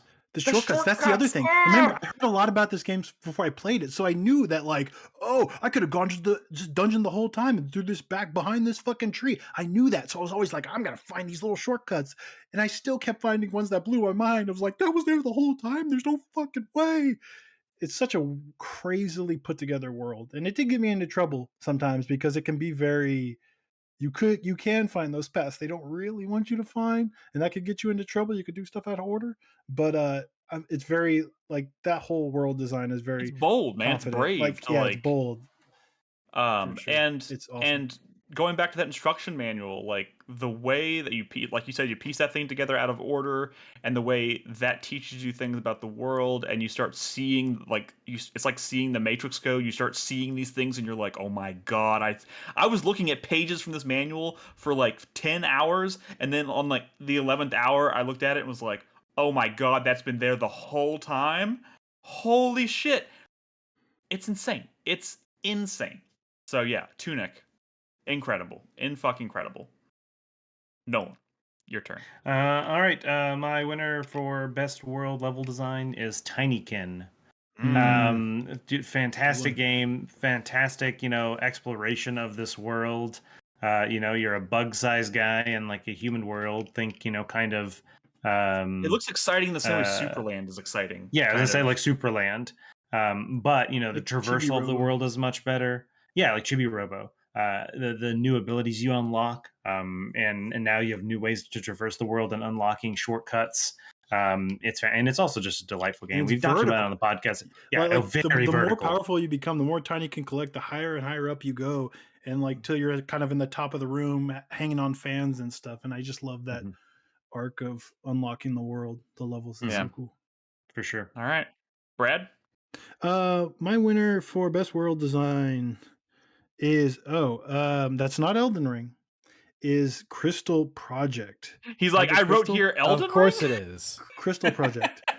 The This notes Brad game- was this is- sending me for his Game of the Year video was like intricate. Like, you got to show more of the world. You got to do this. You got to do Well, this. because that's the thing. You look at it, you watch a trailer, you see like the JRPG battles, which are very traditional looking, and you're like, okay, I know what kind of game this is. But it's not that kind of game because most JRPGs, the world structure is like typically very linear. At some point, it kind of opens up. I'm going to explore the world, go to this town, find this cave. But this is like a zero hand holding, completely open game. I mean, there's barely any actual like main story. In fact, there's almost none. It's sort of this game that just sort of lets you loose, and it's like you have a party of characters. You're going to get all these job classes. You're going to play that arc of like traditional arc of like raising a really powerful party, but the world itself is just like this big huge open thing to explore, and it kept surprising me by how big and how open and how many secrets, how vertical this game is. Have you ever heard of that term in a fucking JRPG? This is like a half platforming game, and the world goes so high. You go up into the mountains and these cliff sides and these and you see the world below you, and it's so far down here, and you eventually start getting mounts, like flying mounts, and you could just fly into like areas that you. One of the most exciting I will things say, about this game okay. is because it doesn't handhold you. You can just fuck around in areas you're not supposed to go in, and because it's a platformer, you can kind of like, especially once you get the mounts, like end up in places you're really not supposed to be in. Like if you go into a battle, you're gonna first turn, the entire party wipes. You have no chance of winning that battle. But if you can make it around those like battles, because you can see them on the map and like platform like up high enough to where they can't get you, and then glide over to another part, you start getting like chests and stuff. It reminds me of like that first time I played Demon Souls, right? And you're grabbing like equipment in areas you're not ready for, and that so the equipment like feels really powerful because you weren't supposed to be there yet, but fuck it, you ran for it and you made it, and now you have this whole set of like armor or whatever. It feels like that, right? Where I'm getting like really powerful loot in the world that I'm not supposed to have because I did some like clever platforming and was just exploring the world I really wasn't supposed to be in. And there's always like so much like hidden caves and underwater like dungeons and secrets. It's such like a crazy, expansive, vertical world filled with so much stuff. And I can't stress enough how amazing it is. It's such a cool world. I love it. I love Those notes exploring it. those I notes you sent to Chris Davis paid love off. I I love bought like this the game whole, based on those on those notes that you said. I love like kind of going like up these cracks and like, oh, I don't think I can get over there, but maybe if I can, I could probably like get to this one ledge. And you're always like feel like you're rewarded for really going out of your way to kind of push the bounds of exploration in this game. And then you start getting like fish mounts and goat mounts, and it's so cool. I love this game. And All you the know, it's got mounts. one of the worst names of the year, probably not the worst. You know, Triangle Strategy exists. Stranger of We should Paradise, have an but award for Project worst Crystal. name of the year or best name Crystal of the year. Project. Ooh. Let me tell. This is not No, Project Brad. Crystal. Crystal Project. Yeah. So Yes, Crystal my Project. favorite. Crispy. Crispy. Yeah, you're muted. This was a work meeting. my best world level design that isn't Elden Ring, because it would totally be Elden Ring, and I hate that we did this Yeah. to ourselves. Because we know we've been I talking about it all know, year. We know, whatever. yeah. Like, this is that year, guys. Come on, like Elden Ring. We Come know. on. Like literally, I've never in the Okay, history okay. of games, I've never seen a more unanimous game of the year. Okay. All right. But in lieu of Elden Ring, I'm going to give it to Monster Hunter Rise Sunbreak Mhm. for the 2 new maps that it added to Monster Hunter Rise, both of which I think are excellent and like They are are good. probably my favorite maps in that game. Yeah. Especially the Citadel one with the big It's broken crazy. castle. It's so cool. Yeah, So it's cool. so good, It's yeah. got like caves under it and stuff. It's great. The It's new even got wire ice up in bugs. the mountains. Yeah, so Yeah. fucking good. And the new hub area is really fucking slick. Really enjoy it. Really, really good stuff there. Agreed. Man, that game does it all. It's pretty good. It's pretty fucking good. Chris Davis. I'll be real quick with mine, and it should come as a surprise. Mine is the domed city from Stray. I love I loved the verticality and exploring that world and just finding all the nooks and crannies you can go into. All the As a little, cat. I mean, yeah, as a cat, but like that. I mean, that's like a backseat to like a very far backseat to just the amount of exploration and little things you can get into as you're crawling around the world. I mean, I do think the cat element, like it's a perspective that you don't see often. Yeah, absolutely. So like it makes spaces that would Sounds like normally Nick's seem never pretty. played a Garfield game. Fair But enough. this is also a it's a dome city with like tiered like a tiered caste system of robots living in it and them going about their day-to-day lives in the city that's been locked down for probably hundreds of years. Like it's really interesting the world that they built, and so many segments of that world are just like I gotta screenshot that. I gotta screenshot that. That is so cool. Where did they come up with the inspiration for that? That's so good. It is. I think that game, perhaps more so than anything, I think it deserves praise for is just kind of world building that it does, because it is pretty unique. All right, quick honorable mentions. You know what? I'm not even going to start calling people's names. I'm just going to say Brad, or I'm going to go first, and then y'all just in the right order. So I'm going to go with Sifu as an honorable mention. And that's mostly because of the way that you find things in like later levels that then give you reason to double back and replay older levels. It's just, and like the shortcuts and stuff, it's crazy. Also shout out to Signalis, just as a really great survival horror, and just the way it embraces like that classic survival horror level design or world design is great. I got Nolan. Nolan, do you have any? I was making sure Nick was done. So my honorable mentions: Tunic. I know it was mentioned earlier, but that was on my list, and then Neon White. Mainly just because of how much time had to go into designing and laying out those worlds to give you the multiple paths that are able to complete it. It blows the mind. It was my honorable mention as well. I just want to say, like, it's now one of my favorite platformers ever, honestly. And even though like there's a homogenized look for a lot of the levels and stuff, like they're so memorable. Each level layout is so different from the previous. I feel like they're just seared into my brain, not just because I did them 9,000 times, but just because that level design is so good. And one thing I will mention that I don't think we've mentioned it all today, maybe we have in episodes past where we've talked about this, but the reason you played those levels 9,000 times, Brad, is as soon as you press the button, you're back at the beginning. Instant restart of the level. Like Trials HD. Yeah, that's the satisfying thing, because if that had if there was any kind of delay or it took you too long to restart the level, it would be so much more painful. But the fact that you can agreed. instantly restart just is like perfect. Agreed. Crispy? I would say Gotham Knights. I really enjoyed their take on Gotham City. I thought not just like the actual visual design of it, but also just kind of like the changes they made with like having cars on the road and like people walking around like that. People Like in the world. wonderful, like a vibrant living world. Some people kind Could of you derided punch it for them? being Could you dull. punch them? You could run into them and they'd be like, "Ooh," and like run away. But you couldn't. It wasn't quite as egregious as like LA Noir. Remember how LA Noir you just kind of like it just like divert you around with like a unrealistic little bump. It wasn't quite that bad. But it was that kind of stuff going on. Really like that Gotham City. I would also say Elden Ring because it's incredible. Yep. Yeah. Yep. I think that's a safe assumption. Chris Davis, any honorable mentions? Really quick, the first time we've mentioned this game tonight, I'm kind of surprised. God of War Ragnarok, specifically the later half of the game, more specifically Vanaheim, just Yeah, areas that Vanaheim's pretty good. you get ambushed by just going on a side quest, and you get dropped into this area that gives you like another dozen hours of gameplay of exploring and stuff. It was a really good Yeah, idea. Vanaheim is, I think, the highlight of that game in terms of its That's world. the swamp one.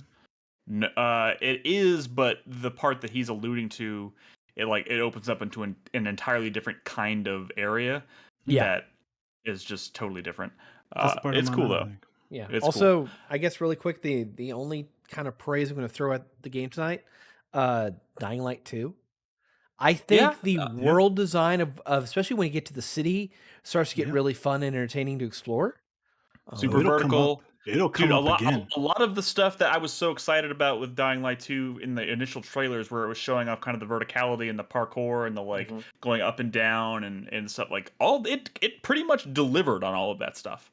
So I want to make sure I'm perfectly clear about that before I end up talking about it tonight. Like, all right. Yeah, So, go ahead. Oh, go ahead. I was gonna say, I mean, like the one thing I was lamenting about going to Dying Light 2 was that they got rid of the grappling hook, but they replaced that with a lot of like tools and things you can get to get around the urban areas. It made it a lot better. And they also do eventually give you a grappling hook in that game.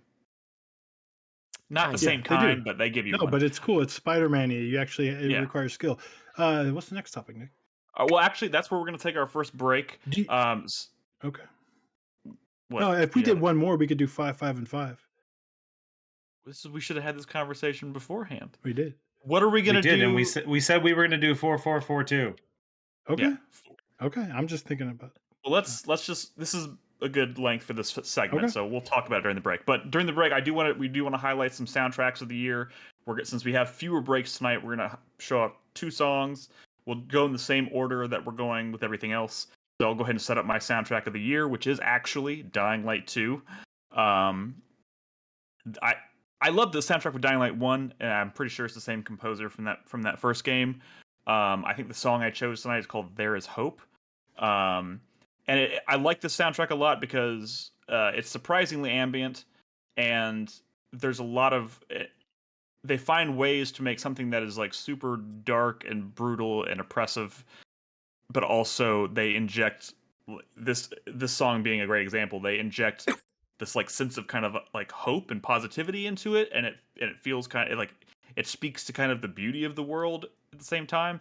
So I think a lot of that stuff comes across in the soundtrack. So love the soundtrack. It's great. I think the song is called "There Is Hope." Chris Davis is nodding. And then if we're gonna do 2 soundtracks during the break, Nolan, you'd be next. So what's your soundtrack? So my soundtrack is Cult of the Lamb, specifically in this case, Praise the Lamb. Great music in this game. A lot of the tracks are fairly short because the way the game is designed. Generally, all boss tracks are fairly short. This one is particularly the one that happens when you're more around your cult, not when you're doing the dungeon runs. But it's always super satisfying to hear this particular song because generally it plays when you kind of have just finished a run, either successfully, so you're relieved, or you've died and you're stressed, and you kind of go back into this very peaceful. You're back at your your village and everything's going well. So that's this one. I clicked the link that Nolan posted when we were discussing this earlier in our meetings channel, and like I clicked it, and as soon as I heard it, I was like, oh yeah, I like this track. So enjoy these tracks during the break. When we come back, we'll start off the next set of categories, which will be best new enemy boss fight, best new character, best storytelling, and best moment of the year. Like I said, there might be an additional category. We're going to discuss that next. We'll see how that goes. But in the meantime, enjoy the samples from our soundtracks, and we'll return after this short break.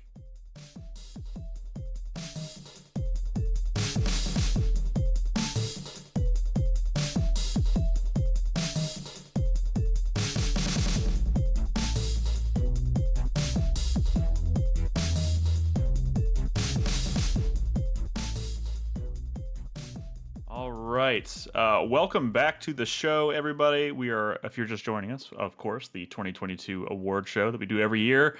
We are moving on to our next set of categories, and we made a slight modification during the break. We decided instead of doing 4 segments, we're going to do 3. So we have 10 categories left, so we'll do 5 and 5.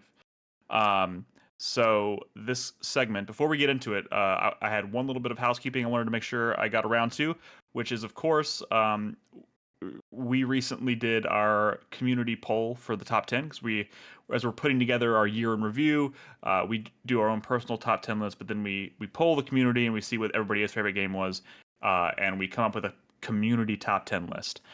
So of course, I'll reach out to everybody in the community, had them fill out a Google form, submit their personalized list, and we were going to give a game away to a lucky raffle winner, and I drew that name today. I've reached out to that person. They have claimed their prize, and I've already sent them the game. And our winner this year he goes by the name Full Dark Gear. You've probably seen him in chat, in Discord. So thank you, Full Dark Gear, for helping us, listening to the show. He said he's been around for years and years and years. So thank you for that. And also for participating in the community, helping us come together and put together a community list, which, by the way, the community list has been fully revealed in Discord in the Game of the Year channel. If you're interested, go check that out. But this, 2 parts to this. 1, congratulations, Full Dark Gear. I want to read your top 10 list. We don't have a lot of time to talk about all your choices, but I'm going to read the list going from 10 to 1. Are y'all ready? Yes. Fire. Number 10, Tinykin. Number 9, Sweet. Neon White. Number 8, Kirby and the Forgotten Land. Number 7, Signalis. Number 6, Pentiment. Which I'm surprised didn't come up in the best looking game, because that's a really striking game. I did mention it as honorable mention, but I was actually quick about it, so you probably didn't. Oh, that's probably why. Yeah. Number 5, A Plague Tale Requiem. Number 4, God of War Ragnarok. Number 3, Bayonetta 3. Number 2, Tunic. And least surprising choice, number 1, Elden Ring. Hell yeah, baby! Elden Ring. Great list. Great list. Right. We appreciate this. I also want to point out, I thought this was really funny. We use a stupid little point system to come up with, to kind of like figure out what the community top 10 is after everyone submits their list. And I tally up all the points, and then I reorder them to see which games are the highest. Our number 2 game of the year for the community was God of War Ragnarok, with 91 points accumulated. Elden Ring was our number 1 with 230 something points. It was all right, insane. There's never been that big of a gap. I don't know if you've ever crazy. played it. There's never Nick. been a more. There are people on air who track like hundreds of media outlets. Like literally, like I think usually by the end of their tally, it's over 300 media outlets, and every year they track who is everybody giving their game of the years to. This year is hilarious. I've never seen anything like it. Like 80% of outlets say the best game of the year is like Elden Ring, and then it's crazy. like, I don't know if some you've say ever God of played it, War, and then but it's pretty good. It is Nick, pretty good. So Nick, I gotta know, because you did something terrible to us rat people, and teased us about Plague Tale Requiem. How many votes did it actually get? I told them not to do it. 2. It got 2 votes. Are you fucking kidding me? Brad told me to. You know what? If you give me a second, I can. All right, I will answer your question in just a moment, Chris. I got to pull up that spreadsheet to look at it. Because if it's like 11 or 12, okay, that's fine. But if it was like, do you want to know how many people or how many points it got? What place would it have points. gotten essentially? No. All Tell me right. how many points it got. All Elden right, Ring hold was how on. many? I want to know Hold how on. many I points. gotta- 200 something. Well, here, Oh, while he's doing God. that, I'm going to set up the next category. It's One it's not last part of this. complicated. One last part of this. Full Dark Gear. We sent him a game on Steam. It was his choice. You want to know what game he picked? Mountain Blade 2 Bannerlord. Nice. So congratulations, Full Dark Gear. One, I appreciate everybody who submitted a list, everybody who participates, everybody who watches our videos, comments. Everybody. Appreciate it. Everybody who's in Discord just talking about their favorite games of the year. We love it. We thank you all. But congratulations to Full Dark Gear. My condolences hope you for enjoy your Mountain. free time with Mountain Blade. Because God help you. So good. It's so good. Yeah, so there's that. And I'm trying to find, I can't remember which doc I used to. Oh, here it is. Here it is. I can give you an answer. Let's see. I'm looking at the list. A Plague Tale Requiem came in 14th place with 30 accumulated points. It appeared on 1, 2, 3, Wait, only 30? 5 lists. Only Wait, 5 Elden Ring lists. had 200 and something, and the Rat 238. game had 38. 30. But for comparison, the number 10 game on the list had 33 points. So like it starts at 33 and it goes up until it hit 91 for God of War and then 238 for Elden Ring. You're saying it was number 11. Insane. No. It was Well, number 14, 13, 12, and 11 were all like between 30 and 33 points. So. Best new boss/enemy design is our topic. Yes, that is our next category. Y'all know, I mean, this one doesn't need much of an explanation. So, what you got? This is one that I always struggle with because I have a bad memory, and play boring video games. I play boring video games. Don't So have a I have a hard time remembering specific boss fights in a lot of cases. But Elden Ring made it real easy this year because there were a lot of incredible boss fights in Elden Ring. The one that sticks out to me, one I already kind of mentioned tonight, is Star Scourge Radahn. Which is it's a really cool fight because you're fighting this dude in this big like duny space, and he's like this big giant dude with these hulking swords, and he's riding this tiny fucking horse. And it's hilarious. There's also lore, which is great about him, like apparently learning gravity magic to make it possible for him to ride this tiny horse without breaking all of its bones. Like it's amazing. It's visually striking, but the coolest thing about it is like you're spending so much of this game hearing about this festival and like people migrating across the world to go to this festival and like see all these meteors falling from the sky, and they're there to challenge I forgot all the fucking lore that goes to it, but they're there to challenge the winner of last year's festival, whatever. And it's fucking Star Scourge Radahn. Well, you show up. They're there to setup. put down Radahn. They're there to kill him. They're This there is to like- kill Radahn. It's like a celebration of Radahn put on by his followers because they just want him to die. Because he's just like a shambling corpse at this point who's just like completely out of his mind. Riding a tiny horse. Yeah. And it is visually, it's just full of visual splendor and really cool It's lore. no Valstrax, but it's pretty cool. But it's also just like in this giant arena, so there's a lot of space to move around in the fight, and just depending on your build, you're going to have a massively different. You could have a potentially just dramatically different. Time. Yeah, you could have a bad time. But yeah, I fucking adore that fight. It's fantastic. All right, Nolan. My best new enemy boss fight. I struggled with this one a bit, but I think I ended up going with the librarian from Tunic. It's the big spider thing. No, the librarian's the tall, thin one on the top of the library, like the tower. Oh, right. Yes, yes. That's a cool fight. So I think the journey there is interesting, and then the fight itself is also pretty intense. I think it's one of the ones I kind of struggled with a bit. The bosses in that game are motherfuckers for sure. They're hard. Yeah, they're definitely Dark Souls level, like frustrating because they can get you in a few hits. You don't have to be perfect, but you got to be pretty damn close a lot of the time. And so I really enjoyed the atmosphere. It's I think probably the smallest boss arena in that game. because you're on the top of that very thin tower, and it's literally if you haven't seen it, think of Isengard from Lord of the Rings, Gandalf standing and on the Saruman. very I was top. thinking the You're same on thing. the tiny fucking platform, and the thing is, the librarian can fly, so he's like flying around this platform, but you're stuck on it, and enemies are spawning, and he's sending waves and lasers, and it's a really tough but interesting fight. So I really like that one. Absolutely, it's a good choice. My winner for best new boss / new enemy design is I really didn't want to do yet another Monster Hunter fight this year. But it's so hard to resist. But I didn't, especially because I knew You Crispy didn't, or played you Monster didn't Hunter. resist. I did. I resisted. Okay. I wanted to give a nod to Bayonetta because there were some really cool bosses, and I love a good boss fight that's not just Bayonetta versus a hulking giant monster thing or whatever, especially because those were kind of lame in this game. But you fight a lot of like alternate versions of yourself.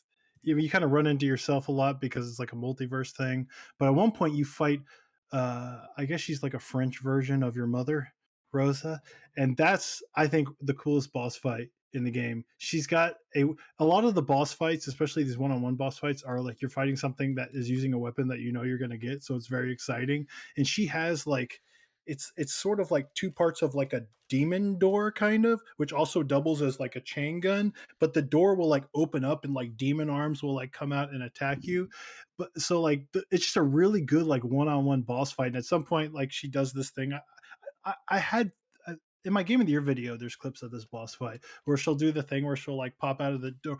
At one point, she comes out of the door herself and she's like a demon marionette thing, and the boss gets real crazy. But at some point, she summons a mech from her demon door, and then it turns into like this whole flying sequence where you're chasing her down, and the boss fight culminates. And again, I have a little bit of this. She has like a robot Umbran tower basically that has like robot arms, and she's attacking you, and it does all this crazy shit, and you eventually get that as a demon slave. But it's just a really cool one of the things I do, one of the issues I have with Bayonetta is I complain a lot of the times when it kind of goes into these like crazy like mini game sequences, and a lot of those times it kind of like fumbles. But there's a lot of times in the game where they actually kind of pull it off, and I think this is one of those like times where the the boss fight and then the escalation and the mini game, which leads into like the crazier like set PC like moment where you're flying around. Is actually like really good. Like it reminded me of some of the best moments of when Bayonetta pulls this sort of stuff off, and that's why it is my favorite boss fight of the year. And plus, you're fighting your mom, a French version of your mom from another dimension. That's cool. That sounds pretty. I'm actually really excited to finally start Bayonetta, which might be tomorrow. Crispy, you're up. Well, I was gonna say Radon, but Oh shit! I'm sorry. that was my. I mean, Radon was amazing, but no, Brad's right. My runner-up, which is now my selection, I'll give it to Monster Hunter Rise Sunbreak, and I'll just kind of make it general in that regard because Malzeno. That's who I was gonna say. well, Malzeno is fucking crazy. Yeah. But like the gold and silver Rathlos Rathian that they've put out, it was really fun. The other, what's the fucking the final boss from the original run, from the first from launch. Not from Rise, but from the launch. I mean, Narwa. No. All Mother Narwa? Or are you talking about Sunbreak? No, I'm talking about Sunbreak. The first Gasmagome? Yeah. It's a crazy name, but that's a really cool fight. Yeah. Garangolm? Not Garangolm. Garangolm is really cool. One of the three lords. But there's two that are named like that? Gasmagorm is the final boss. The one where it's like climbing the and you're on the turrets, you know. Why can't you just pick monsters that are named like Steve or Bob or something? No, they do. No. This man. They do. What's his name? Everyone nicknames him Steve because no one likes saying Seregios. I like call him Steve. Chris Davis has put monsters on the screen. I mean I agree to that. That is the best. That is I think Malzeno is the standout of new monsters for me in Sunbreak. It's such a cool vampire motif, and he like teleports around and like he is the one I was thinking of, and he is my favorite. And his weapons are so fucking cool. Yeah. Like I've made Malzeno everything.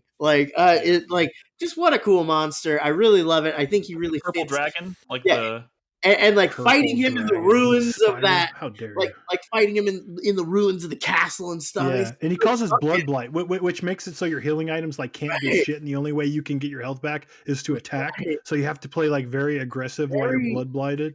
very interesting mechanically and like very flavorful monster. Like Oh, just great Yeah. music, great fucking music. Ooh. Yep. Yeah. I get that reference. That's a great boss fight. Chris Davis. What I have doesn't really count as a boss fight, but in a way it kind of is. The PvP invasions of Sniper Elite 5 completely changed that game's formula in just Man, such it's a the greatest boss delightful way. fight. I'll give it to you. I'll allow it. It's just so smartly done. The Wait a instructions minute. mechanic. Hold on. I'm pretty sure last year you gave it to the invasion from Deathloop. Deathloop. Yeah. He just loves invasions. motherfucker. Juliana? He gave it to Yeah, like you gave it to 3 Juliana. Watch Did I? Dogs games. I think so. Check the Well, tapes. Someone check the tapes. okay, He Sorry, loves go ahead. invasion. It's fine. It's totally fine. No, But it's the fine. thing Man is the about- greatest boss. Yeah, invasions and Deathloop make sense because it's all about a loop of two characters trying to kill one another constantly. We're not here to cool. talk about Deathloop. That's Yeah. 2021, baby. Yeah. But invasions, they fucking are so smartly implemented and balanced in Sniper Elite 5 that it's honestly surprised me that they hadn't thought of this before. Like, this has to be a staple in the franchise going forward. It probably should be spun off into its own separate video game franchise. Like, it's so smartly implemented in this game. I had more fun doing invasions than playing the rest of the fucking game. So That's crazy. Do you ever invade in Souls games? very, very rarely, and usually just to do co-op support. All right, I'll allow it. All right, honorable mentions. For me, I have a couple Malzeno- quick Oh, ones. sorry. You like to do order. Go ahead. Yeah, hold your yeah. Hold on, Brad. Honorable mentions.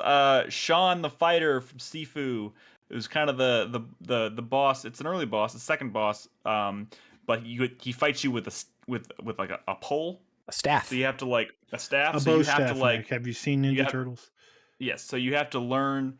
You have to really learn how to take that boss on differently. And I learned how to effectively parry and dodge from fighting that boss, and it changed the whole scope of the game for me.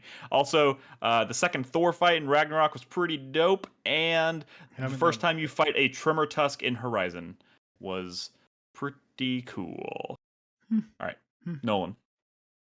So I wanted to save this for not my winner, because I didn't want to do what Chris Davis did. But I was going to say the enemies you play against in Marvel Snap, so the other players. Because holy shit, sometimes they are idiots and sometimes they are cunning as fuck. And so it's always pretty interesting, and that kind of also mainly revolves around you don't know what their deck is. So depending on what they have, they could go a certain route or not, and so it's always kind of a surprise. But the other one I was going to give it to was the One Who Waits from Cult of the Lamb, which it's the final boss.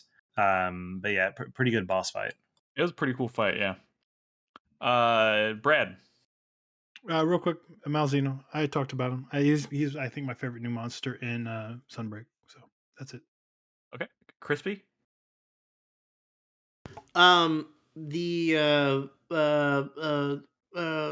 What's it called? The Elder Beast. The Elden Elder Beast? Elden Beast? The final, final boss, boss? of Elden Ring. Yeah, the big galaxy worm thing. Yeah. Oh yeah. Also, I mean, you could just start rattling off boss fights in Elden Ring, and Yeah, they'd all be no fun. All of Elden Ring. Oh my god, there's so many good ones. Melania, Blade of Mikula. Dude, Yeah. don't get mad at me. Get mad at From Software for making such an amazing game. It is All their the fault. dragons. It's true. All the True. dragons that The was first in the dragon world. fight. The first where time a it just comes dragon out of shows nowhere, up. out You of- remember the out of first time we sky. saw footage of Elden Ring? We were like, "There's no way that just happens in the fucking world." It totally does. Yeah, that's pretty great. Chris Davis. The two of them, the Fashion Police Squad hacker boss was actually really fun. And then in Horizon Forbidden West, the Slaughter Spine. Which one was that? That was The the robot dinosaur. big ass Tyrannosaur successor. Yeah. It's basically the Spinosaurus from Jurassic Park 3. Yeah, but but it's better. It gets its own music track. Like it's that Yeah. big an encounter. Yeah. Oh, also, I mentioned the Tremor Tusk. I was specifically thinking about the first time you meet, which is the mammoth. Yeah. But I totally forgot. There's a really cool fight with the Tremor Tusk because it's in the mountains and it's on like a frozen lake. So you're fighting this mammoth while like slipping and sliding all over this frozen lake, which is just a really epic fight. So that was pretty cool too. All right, our next category is best new character, and I think Brad, or you wanted to say or ensemble, well, damn it, right? yes, we talked about this, but it never got. I guess the I's didn't get dotted and the T's didn't get crossed. But I brought it up and was like, oh, best new character. But then we cut best new ensemble. And then Nick was like, oh, but I really like that one, and I get it. So, I guess y'all can choose if y'all want to do a best new character or best new cast or best new ensemble cast. Maybe No one's maybe gonna. I'll, yeah. Well, but as an go ahead, example, Nick. I picked a specific character, but this would also work for ensemble. Sure. Same. I'm gonna go with specifically Sophia from A Plague Tale Requiem. She's the like pirate thief character that you meet, which I thought initially she was gonna be kind of a character that's kind of in and out of the story pretty quickly, but she ends up staying with you for a huge portion of that game, and she becomes she grows on you gradually, and then she becomes this character that Amicia, the main character, leans on, and You honestly she don't just expect kinda- it. You expect her to just Yeah, walk off in a scene. I expected her to kind of betray me the first chance she got and then disappear, but she becomes a much more integral character than that. And that kind of leans into, I think, one of the biggest improvements over the first Plague Tale is that the cast of characters in Requiem is just fantastic. There's 5 or 6 different characters now that I think all play much bigger. They're much more memorable. They play much bigger roles. But Sophia was definitely the highlight for me. She was just as important. By the time I got to the end of that game, she was just as important to me as Amicia was, and Hugo, her little brother. They were inseparable, and they were a fantastic cast of characters to But they go were on an adventure French, with. correct? Yes. Okay. They were French. Yeah, it's a great fucking cast. But yeah, Sophia was chef's kiss, so good. Nolan. So similarly, mine can kind of be turned from a character into an ensemble, but I chose Neon Green, specifically yeah. from Neon White. There is a lot of kind of mystery around all of the characters, to be honest, and Neon White, and that's kind of part of the story. And that's why I'm saying you can kind of blend that into an ensemble, because all of the Neons and their stories and their histories and how they got to where they are, there's some stuff that kind of blends them together. But specifically, I think Neon Green, Violet. Neon Violet. Is that it? Yeah. I mean, don't get me wrong, Neon White is great. Steve Blum does a fantastic job of voicing him. All of the voice acting in this game is fantastic. The little interactions, the stories, I feel like they're all the great. story doesn't get enough credit. I feel like people got so addicted to the gameplay they started skipping the story, and that's kind of a shame because it's actually there's almost too much of it. So yeah, I will say that the game has a touch of it's a little long in the tooth. It sticks around maybe a little longer than it needs to at times.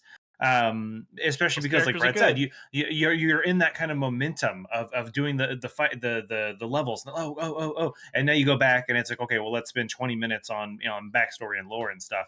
The stuff is really good, but yes, I can understand that sometimes you're like, I just want to do another level, man. Yeah. So I get it. But what I will say is that like I said, Neon Green and Neon White, their relationship, the interactions with the other neons, I really like it. Absolutely. my winner first. I guess I was gonna pick an ensemble, but I'll name favorite character of that ensemble real quick.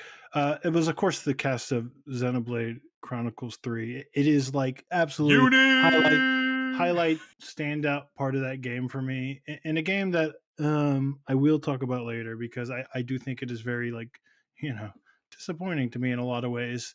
But I started playing it again recently, kind of in the run up to Game of the Year, and I'm so glad I did. I finally got through like some of the big moments. Everyone always talks about Chapter 5, and I'm in Chapter 6, and let me tell you, it's a really good cast, and it's really good for those big crazy anime twist moments that Xenoblade is known for, and I think they're like as good as they've ever been here. Like literally the towards the end of Chapter 5 and the start of Chapter 6 is like some of the crazy, like entire JRPGs couldn't even handle that much ridiculous story.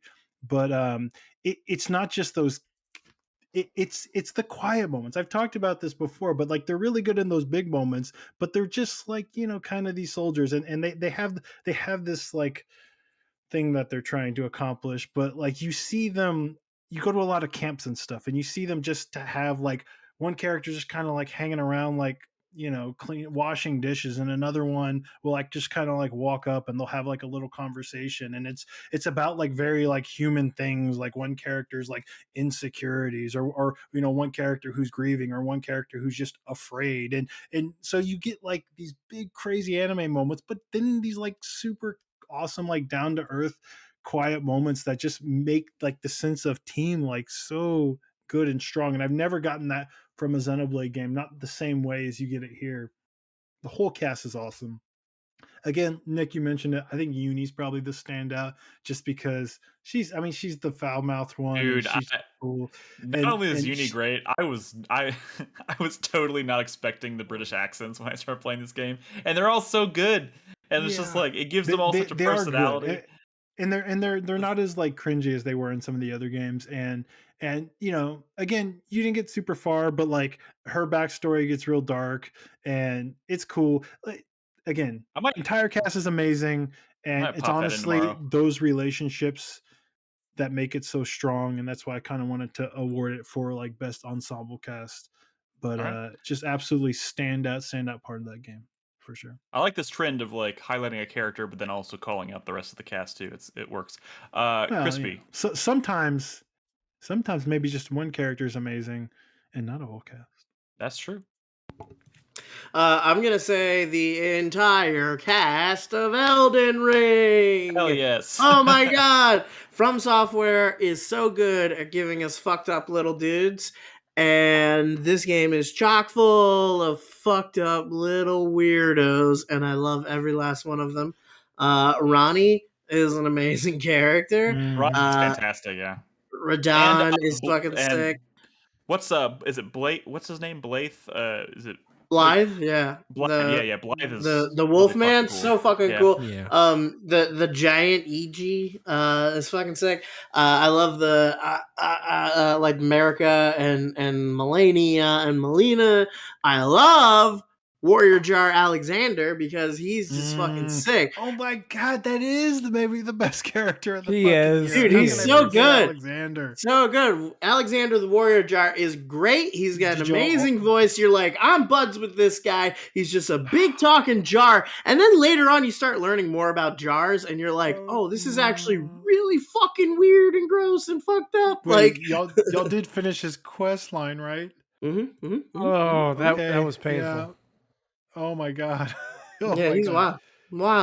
Wild stuff. Wild stuff. I like the girl with terrible posture who turns into a salamander. So good. Yep, she's pretty good. God, just Elden Ring's so good. Fucking loathsome dung eater. Like, they named a character loathsome dung eater, and he's legit terrifying. Like, how did they do that? How did they do it? Like, they're fucking magicians, really man. What's her face? Who was that? Who was like missing her arm? Did y'all do her? Oh quest yeah. line? That was name? That was in Kayla. That was a really cool quest line. Millicent or something like that. Yeah, and you give her like you give her the arm, and then she starts. Oh, that's a really cool. Yeah, God, it's so good. All the fucking the traveling salesmen, the vendors, like Oh, so good. So good. I loved I'm gl- it. Yep, I'm glad you. Yeah, I'm glad Honorable you mentioned mentions? that. What a bunch Well, of no, fucking weirdos. Chris Davis, what's your choice? Oh, Chris Davis. I'm sorry. Yeah, this one's. I got to make an argument for it, and I don't want to put too many details on it because story spoilers. But the macula from A Plague Tale Requiem. Sure, that was an Are you element. calling that a character? Yes, I am calling that a character because Okay. it kind of becomes a character, and is it? Yeah, I can't go into it without story spoilers, but yeah, I consider that an actual character, an Okay, antagonist, fair but a character. Sure. Just really, Yeah, I don't think you can make much of an argument without spoiling it, but yeah, Yeah. I can see an argument being made. yeah. Fair I enough. can't say I'll anything allow more than it. that. Just that, the macula. They do some really crazy shit in that game. They do. Everybody should play that. All right. Honorable mentions. What are we on? This is best new character or ensemble. I think God of War Ragnarok introduced enough new characters to be considered for this category. Angrboda specifically, I think was an amazing character. I also Thor's entire family, including Thor himself, I think was fantastic. And my God, Thrud, Odin? his daughter Richard Schiff? Thrud. Richard Fucking Schiff. amazing. Dude, yeah, I was getting there. Richard Schiff as Odin is fucking phenomenal. His Thor's daughter Thrud is great. And Thrud? Thrud, the Ratatoskr? yeah, Ratatoskr, and then the new dwarf that befriends Well, help me out here. can't be that amazing if you don't know his name. Well, Nolan. her name, she's great. Oh, sorry. My runner-up, honorable mentions rather. Especially if we're doing ensemble cast, the characters from the Quarry, some of them were pretty good. I Yeah. specifically liked Laura. Was a pretty Yeah. good character, good story arc. I agree. And then obviously, you got to have a mention for Marissa from Immortality. That's my God. honorable mention. From Marissa Marcel in Immortality. the one. Yeah. Almost feels like Ooh. a cheat because I go- live action weird, but hey. I didn't mention it, but the new kind of supporting cast characters in Horizon Forbidden West are really great. It almost feels like Mass Effect 2 because you're kind of gathering up all these new allies for the big push at the end of the game, and a lot of those characters are great. Marvel Midnight Suns, excellent rendition. I really wasn't into it at first, but the farther I got into it, the more I really connected with those characters. I really like the dynamic of having two different teams teaming up and the friction that comes with that. Like, there's the Avengers, and then there's like the Midnight Suns crowd. And the Midnight Suns crowd, they're all like kids, and they're like, well, fuck these Avengers, like coming in and telling us what to do. Like, I really enjoyed it. I think they all had a really good chemistry. Plus, like, Blade. Oh my Who's god! fishing? I want Blade to be my dad. Like, he's so good. Like, Okay, cool. Chris Davis, any honorable mentions from you? I mean, unfortunately, Chris kind of took an entire swath of characters from us by saying Elden Ring. let's move on. Yeah. Fair enough. I'll give you Ronnie. I like Ronnie's quest line. I really like her as a character. She's blue and she's got lots of arms and one eye and a giant witch hat, and oh my god. and she's American. kind of noble in this world that is just filled to the brim with terrible people. And a badonkadonk. Is that All right. even true? I don't know. I don't know. But She's always I'll go sitting with down, it. but I pretend I imagine she does. All right, our next category is best storytelling. I don't know how much setup needs to go into this, but Brad, take it away. Best storytelling, not just plot, but the storytelling, the narrative, Means the way by the which they story's tell a told, the story. means of which they communicate that plot. All right, well then Yeah, I'll kick it excellent. off with I think A Plague Tale Requiem. Man, this doesn't do anything totally original in terms of how it tells its story, but it tells it very well. I think way better than the first game. It kind of hones in on everything that the first game did well and like improves upon it. And the crux of the story is still completely rooted in the relationship between Amicia and her brother Hugo. But that relationship is way more. I don't want to say convincing because it was convincing in the first game, but just it feels so much more like there's so much more weight to the story in this game. A lot of it has to do with the macula, which is what Chris Davis was talking about, but it's very, very, very cool. And I know I'm probably stealing this from you, Chris Davis, and I apologize. You are. Yeah, you're not. Yeah, I'm sorry. Feel free to chime in if I'm forgetting anything here, but yeah, I man. mean, like It's the first game was about establishing a relationship between Amicia and Hugo because, Hugo and Amicia, they spent very little time together growing up. They spent a lot of backstory talking about that. This game, it's basically the pair of them just 6 months later having built a relationship and trying to survive in this terrible, terrible world full of terrible, terrible people and a lot of bad things. And Amicia really steps into the role of like the caretaker, older sister. I mean, she kind of served that role in the first game, obviously, but like she really leans on it hard in this game, and it's super convincing. It's very much successful for the same reasons that Joel's relationship to Ellie is so successful, or Kratos to Atreus is so successful. I mean, it's the same but different because she's a protective older sister, which is different than a parent. Those are both very parent but oriented she's also relationships, dealing but- with just such traumatic stuff going on in her life.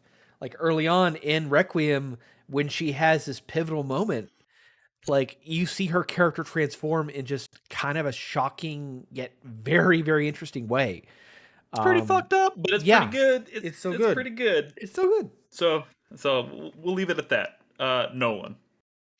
Alrighty, my winner for best storytelling, right? Yes, Storytelling. Because a lot of the games I played this year weren't really story focused and heavy. I only had a small subset of games to choose from, which is why my winner is Immortality.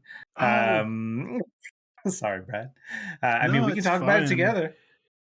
We can talk about it at the same time. You're going to talk next anyway, if that was your winner. Yeah, I mean, yeah. I would say that I think it is very interesting the way they took, Sam Barlow took the approach from her story, and then the other one that's less good. What's the name of that game? Telling lies. Telling lies. Telling Lies. Yeah. Thank you. Mechanically kind of interesting, though. became this where you think you kind of know what's happening, but you don't, and then now I see what's happening, but you don't. And there's the way that the story unfolds in this game and how you start to kind of put the puzzle pieces together and figure It's things out.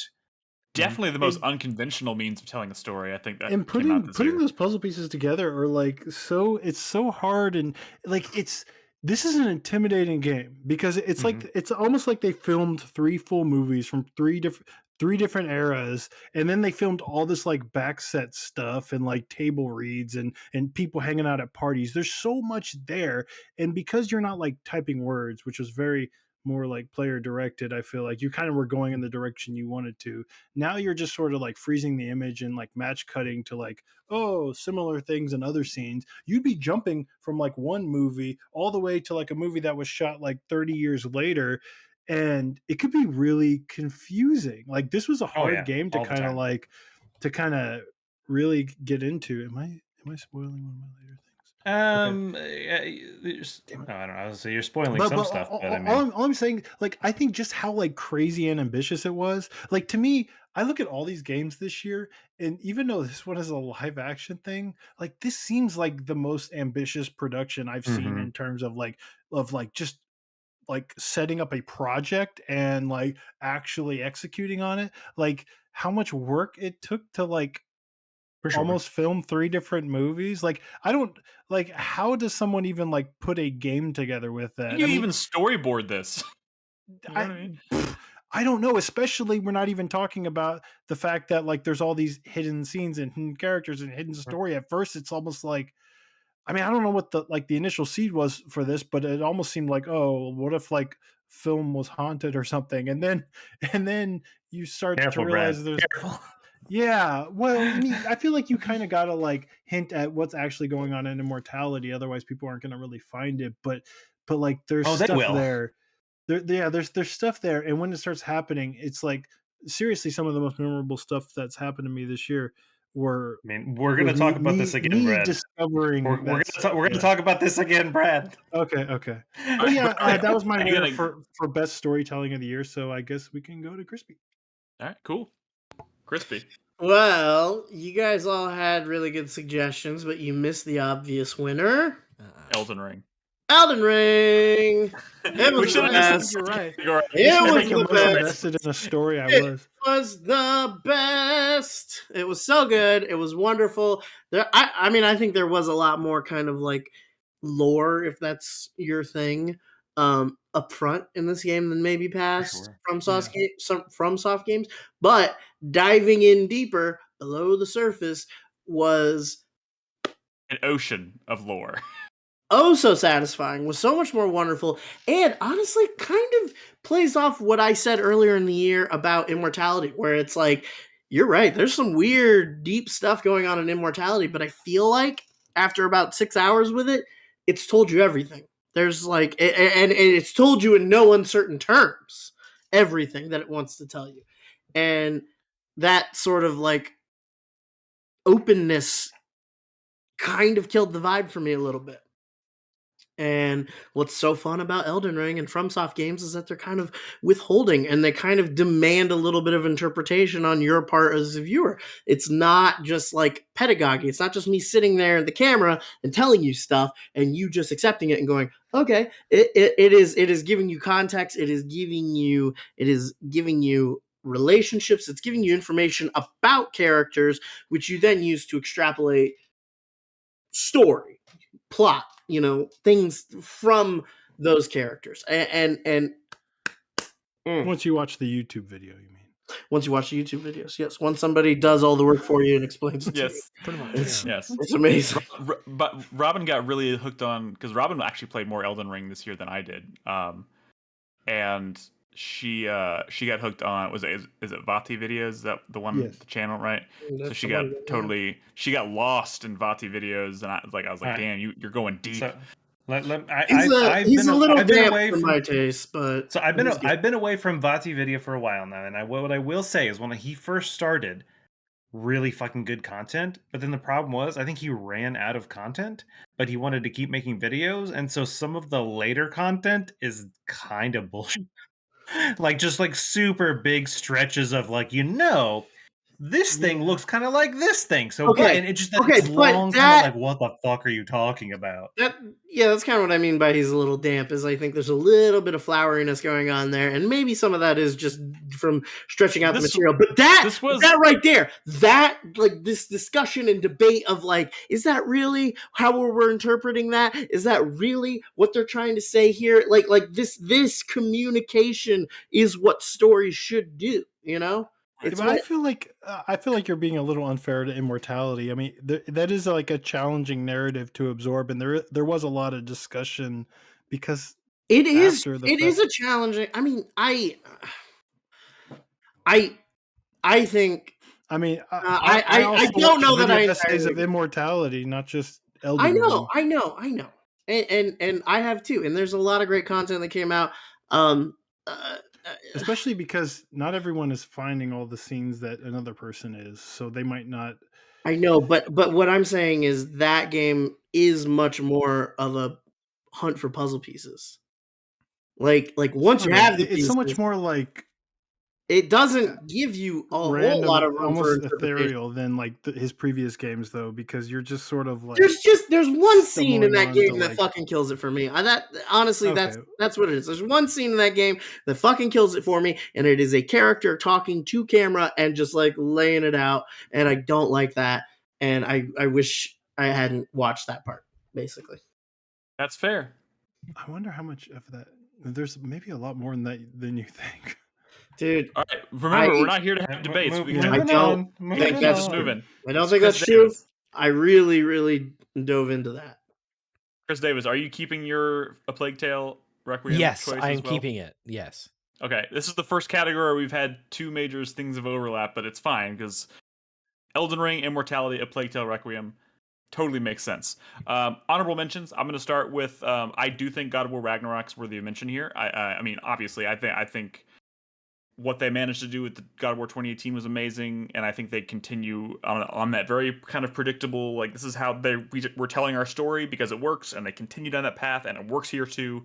And there are a lot of amazing moments in Ragnarok as well. So definitely want to throw them a bone. Throw them a bone, whatever. They don't need it. It's God of War Ragnarok. It's incredible. Yeah, I think that's the only honorable mention I want to mention right now. So Nolan. Yep.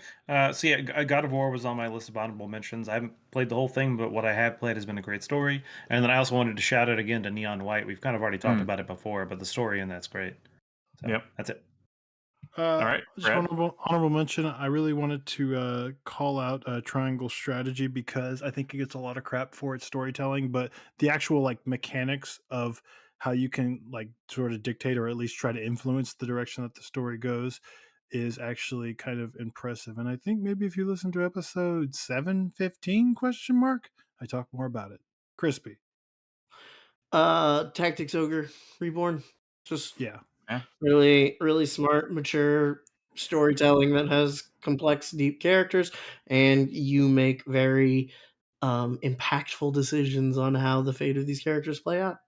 Yeah. Giving serious thought to fact, playing that soon. Triangle Strategy is directly. A lot of people say it's like influenced by Final Fantasy Tactics, but it's actually like a Tactics Ogre and homage. And a lot of the choice that makes and that you make in Triangle Strategy, the moral decisions that kind of dictate where the story goes, is direct influence from Tactics Ogre. So it's funny they both came out this year because they're both cool. Chris Davis.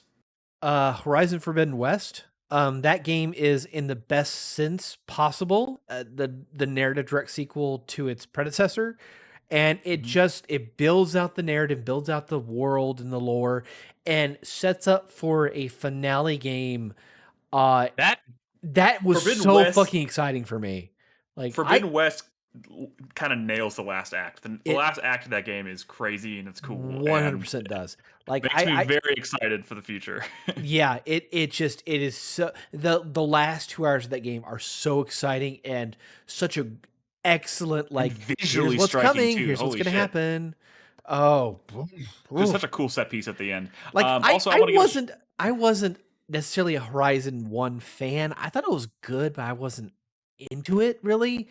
Horizon Forbidden West. Oh God, it sealed I the am deal for you. Day one, I'm playing it. Okay. I also want to give a shout out to Signalis here. I forgot to mention it earlier, but I struggle with this because I found the story to be very hard to penetrate, for lack of a better word. But it's hard to kind of wrap your head around. It's very obtuse in its like storytelling, and like at the end of it, it's kind of a head scratcher. But it's also like, while I'm saying that, I'm not going to deny that like the craftsmanship of the story, the way it is told, is very, very cool, and very well done. It's one of those games where you finish it and you're like, I'm gonna have to go read some essays because this is deep. Oh my God. What? That is my best looking game of the year. I've only played like probably half an hour of that before I realized I didn't have time, sort of recently. But I think that game, top to bottom, style to the look of, I think it's the best looking game of the year. I think Signalis is an incredible looking game as well. All right, our next category tonight is going to be best video game moment. Set it up, Brad. Yeah, best moment of the year playing a video game. Nick, take it away. Okay. So this is kind of a sequence in a game. No, not necessarily, but you know. Well, an no, experience. my Nick's choice. describing his. For you. Okay. Yeah, my choice is kind of a whole sequence in a game. It's in a game called Madison. If you'll recall me playing this on the stream, this is one of the several really. This was kind of like one of the it's kind of like Visage. It's influenced by PT. I would also put the Mortuary Assistant kind of in the same boat here. But I you know me. I love these types of games. These really, really hyper realistic, like photorealistic, atmospheric, terrifying horror games. I fucking love them. And Madison was one of my favorites this year. But there is a sequence at the end. The entire game, they're making reference to a entity called Blue Knees. And then at the end of the game, it kind of becomes real. and you are trying to navigate this house that you've been in for the entire game, but suddenly it's all kind of like reshuffled. Like the whole house, like rooms connect to each other differently. So like this whole space that you've been in the entire game, that you've been building up your, you've been building up your confidence in, because it's horrifying, and you've been navigating it, and you've become so comfortable in it. They shuffle the world essentially. So doors that you used to be very familiar with now connect to completely different rooms, and they task you with trying to solve these like 3 puzzles. But now they've introduced this blue knees creature, which is basically a monster from like a child's like not fairy tale, like a children's book, I guess. But it's like, and it's this like creepy dude who has lost his eyeballs, and he's walking around the house looking for his eyes, and he's just in the space with you that you no longer recognize, and there's this horribly creepy like folk song playing on like one of those old like crank what do you call it, Like a record gramophone players, or a gramophone. Yeah.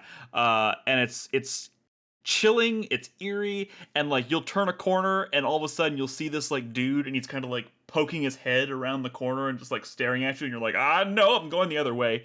And if you look at him too long, he'll like charge you and shit. Like, it's horrifying, but man, it's thrilling and terrifying, and it made the hair on the back of my neck stand up, and I loved it. Fucking loved it. That's a lot of So, hair. Yeah. Fuck you. Right. All right. Nolan. All right, we've talked about it a little bit in the past few categories, but my winner for best video game moment is an Immortality. And I probably played several hours of that game just watching footage. And a couple of times, similar to the other Sam Barlow games, when you find a bit of footage, you're not at the beginning, and so you rewind it and blah blah blah. And multiple times something weird happened. I didn't really know what was going on, and I was like, what the fuck is it? Like, it's like, what is that sound? Like, what's going on? It didn't really make sense. And then finally it happened, and I was like, what the fuck was that? Yeah, no, it's more so than click, Nick. Like, something happens, and that's kind of one of the hitches in this game. And when that happened, and it kind of opens your eyes, and I would liken it to kind of like the first time in The Witness, when you see a puzzle outside of the puzzles. Yeah. And all of a sudden your eyes are opened, and you start searching everywhere else for something similar. And that was kind of like, that moment was very I love shit like eye-opening for me. Absolutely, Oh, a lot of that in Tunic too. Like, I love that kind of stuff. That honestly, right there, out of everything we've talked about this year related to Immortality, hearing you say that makes me more interested in playing it than anything else. Talk about this game have you heard? I mean, I'm on the same podcast with you, bro. Like, no, besides us. About? I mean, or just whatever from wherever. I said on this podcast. On this podcast. Okay. This one that we do. I feel like our podcast. I don't even know how I feel about Immortality. I don't know if I recommend it. I don't know if I like the plot or whatever, but it's something I would recommend to anyone, just because you probably never experienced anything like it. It's very unique. I like how Chris Davis wrote this in the window as The Happening. Like, I'm still mad that you didn't even try that game. Like, seriously. I know. It's on and I'm Game mad Pass you too. played Telling Lies and not Her Story, but whatever. What the fuck's wrong with me? Fuck me. All right. My favorite video game moment of the year. Fuck. Just do it, Brad. Rip the Band-Aid. No, I mean, I feel like we're doing this podcast and we all love Elden Ring, but we're all skipping over Elden Ring because of that. And Crispy's like, no, you idiots, it's Elden Ring. And he's fucking right. And I want to just talk about like my favorite Elden Ring moment because he's fucking right. Crispy's job. But I'm not going to do that. I feel like I've literally not given anything to Elden Ring, and it's my favorite game of the year, which is insane. We all know. Also, we all know. Whatever. I'll let Crispy talk about it. You guys can't pretend like this game, like this year wasn't. Not. Did you watch my top 10? We're just giving other. I'm not talking to you, Brad. I'm talking to these guys. Okay. Nerds. I'm not giving it to Elden Ring. What do you mean? Damn it. I'm giving it to Kirby and the Forgotten. Oh, man, give it to Elden Ring. I'm just kidding. What is that fucking game called? I don't even know. What's the new Kirby Kirby, and the the Forgotten 3D Land. Kirby. My moment of the year is not something from that game specifically, but it is a bond between me and my son, a video game bond. And that's because this motherfucker, he's 5 now. He turned 5 this year, and he a is endearing bad way. at video games. I mean, he's kids these days, they're touchscreen kids. They understand touchscreens way before they do like a video game controller. It's just like a foreign object. He's always been a little like, took him a little while to realize that the remote was controlling the TV. You know what I mean? So I was like, we're gonna have a tough time with video games. And it's always been pretty bad. And I started out playing Kirby with him, and I was like, oh my God, he doesn't even know which way he's walking. But throughout the course of Kirby and the Forgotten something, The Forgotten he Land, Brad. finally The forgotten name. learned how to play like a video game. And like that is such a great moment because not because like, oh, he's going to be a video game nerd now, but it was just sort of like him going from like really not understanding something to like, oh, I get this and I like this. It was such a cool moment for me. Like I didn't even like Kirby that much. Fuck that game. He loved it, but that's because it's a baby game. But sort of seeing him sort of figure out how games work, and then I guess the moment that really sealed it for me, like, oh, this is I love this, is when he just wanted to like hang out in the town and not do the levels. He was like, no, I don't want to go do the levels. I just want to hang out in town and like try out all my abilities and just be chill. Like this motherfucker, he's seen my wife play Animal Crossing and Disney Dreamlight Valley, but like he finally had a game for himself where like, no, I want to chill out here. I want to hang out. I don't want to kill things. I just want to be in town, and like, I don't know. That was such a great moment for me. It made me realize that like kids, I guess, maybe have like a really unique perspective on video games, and it's not like about just beating them. It's about just being in them or looking at them. And I don't know, I don't know. I don't even know what the winner is, Kirby or Henry, but whatever. It's the According to Chris combination of Davis, the two, it's I guess. Henry the Gamer. No, but he's not a gamer. He still kind of sucks. But it was cool. It was good. I can finally play Alright. video games with him now. It was really like a language. It was like a learning thing for him, and now he can just play video games. It's crazy. He's even learning like Dark Souls next, baby. analog camera. He's even learning like right analog camera control now. Like he was. I'm just picturing like Brad handing the controller. He's like, I think you're ready for Elden Ring. I mean, Alright. hey man. Go Chris, for it, he's got to hand him one of those like baby controllers, like that guy modded to play Elden Ring. He's got to give him one of those Fisher Price.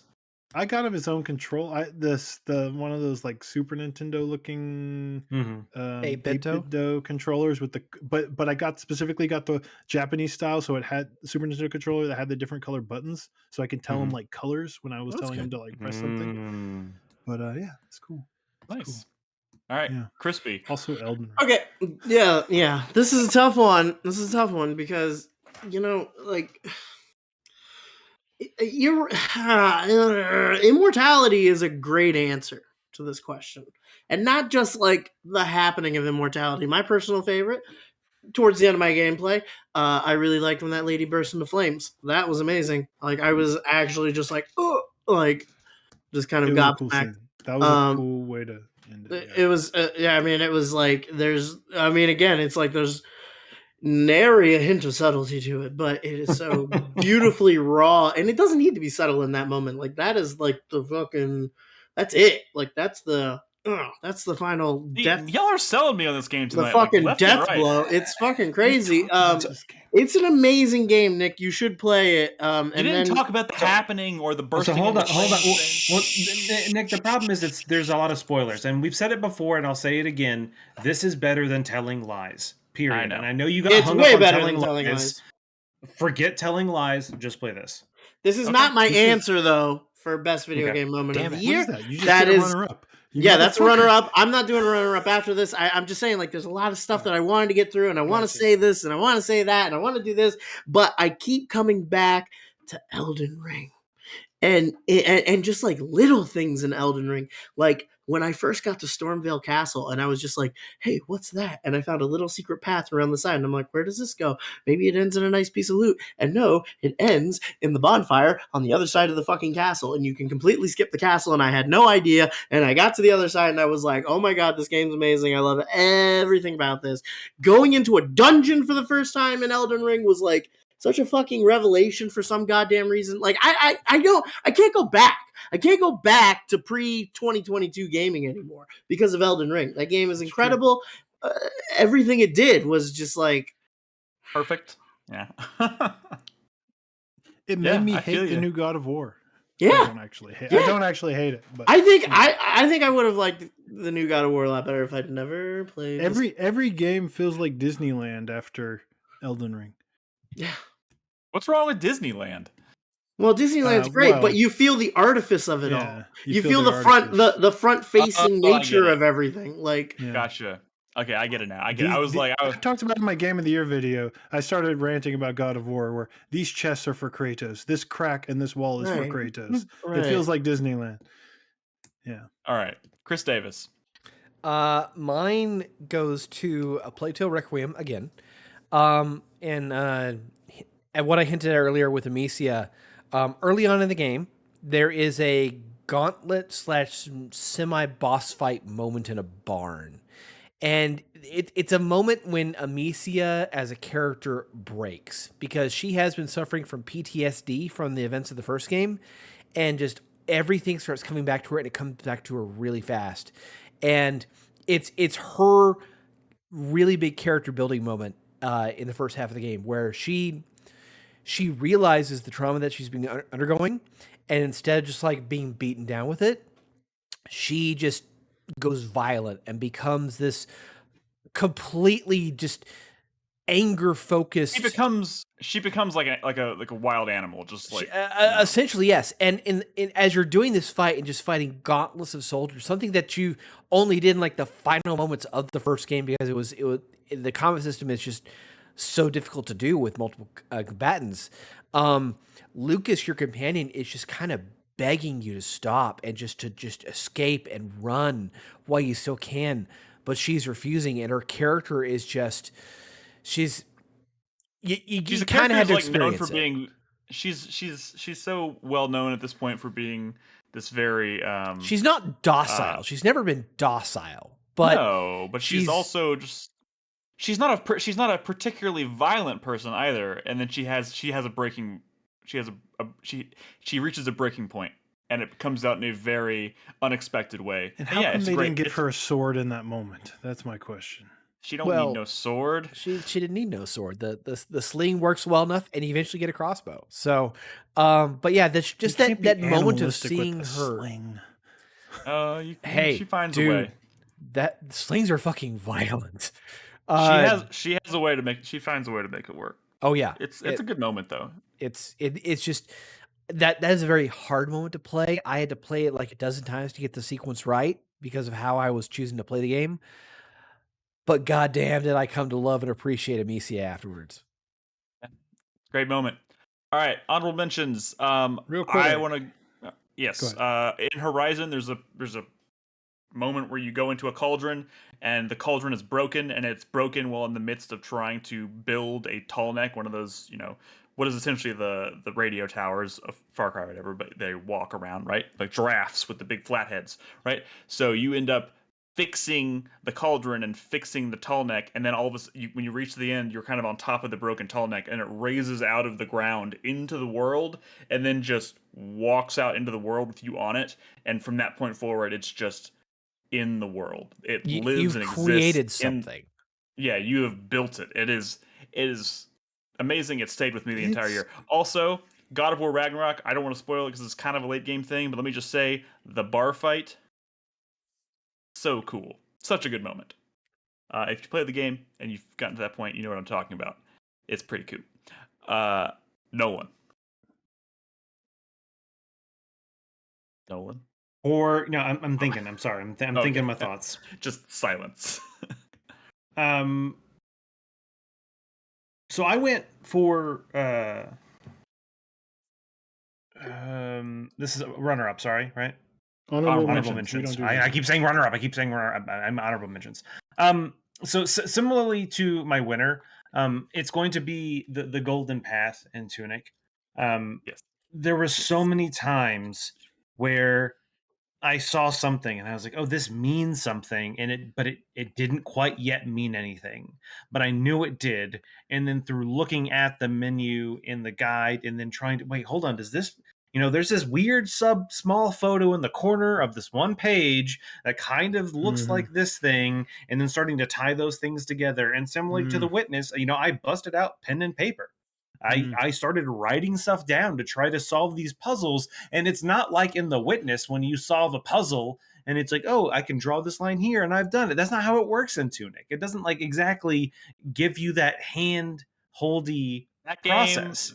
that thing in particular, was the only time all year that I stayed up until like 3 a.m. with my steno pad, just like I should go to bed, but fuck, Mhm. you know.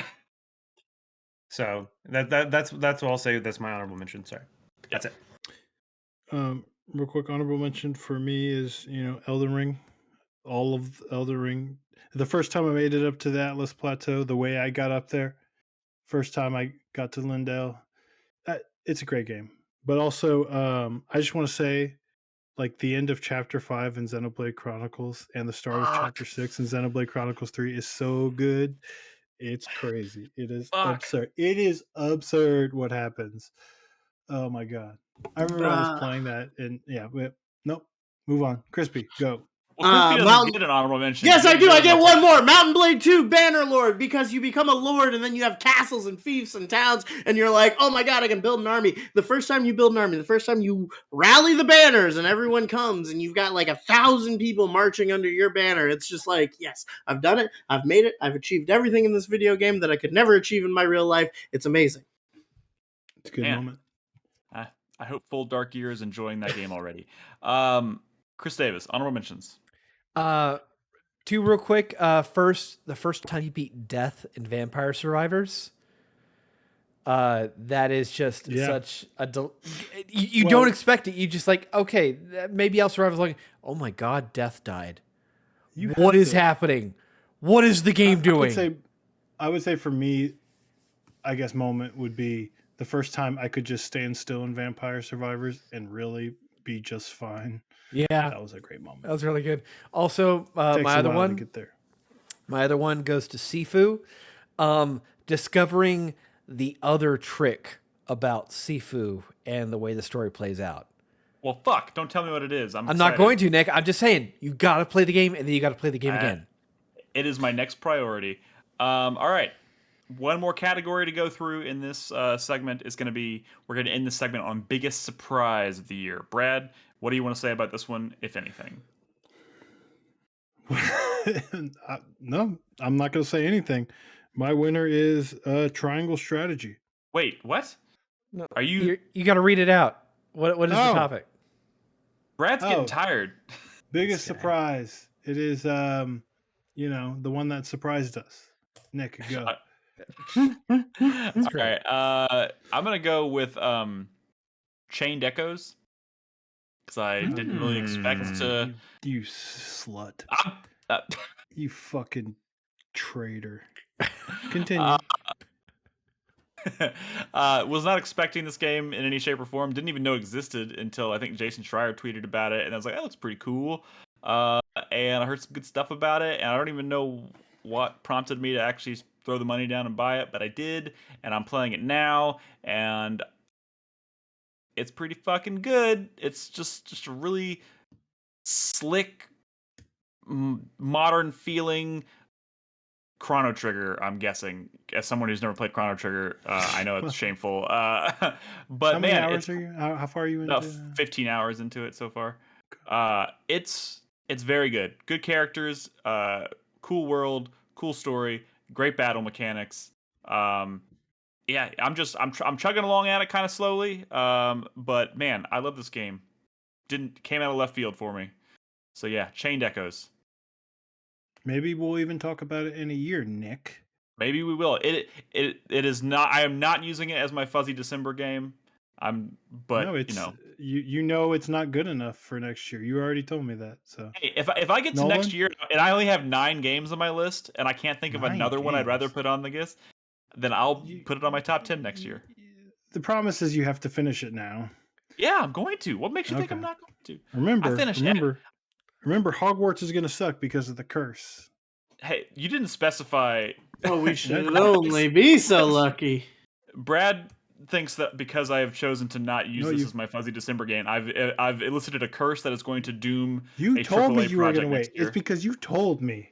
No, I said No. The curse was invoked when you said you don't think it's gonna be better than a lot of the stuff no. that's upcoming. I said 2023 is so fucking crazy that I don't want to already commit to having one game from this year on my list next year. That is not why the curse was invoked. You said there's it has no chance. All right, Nolan, what's your biggest surprise of the year?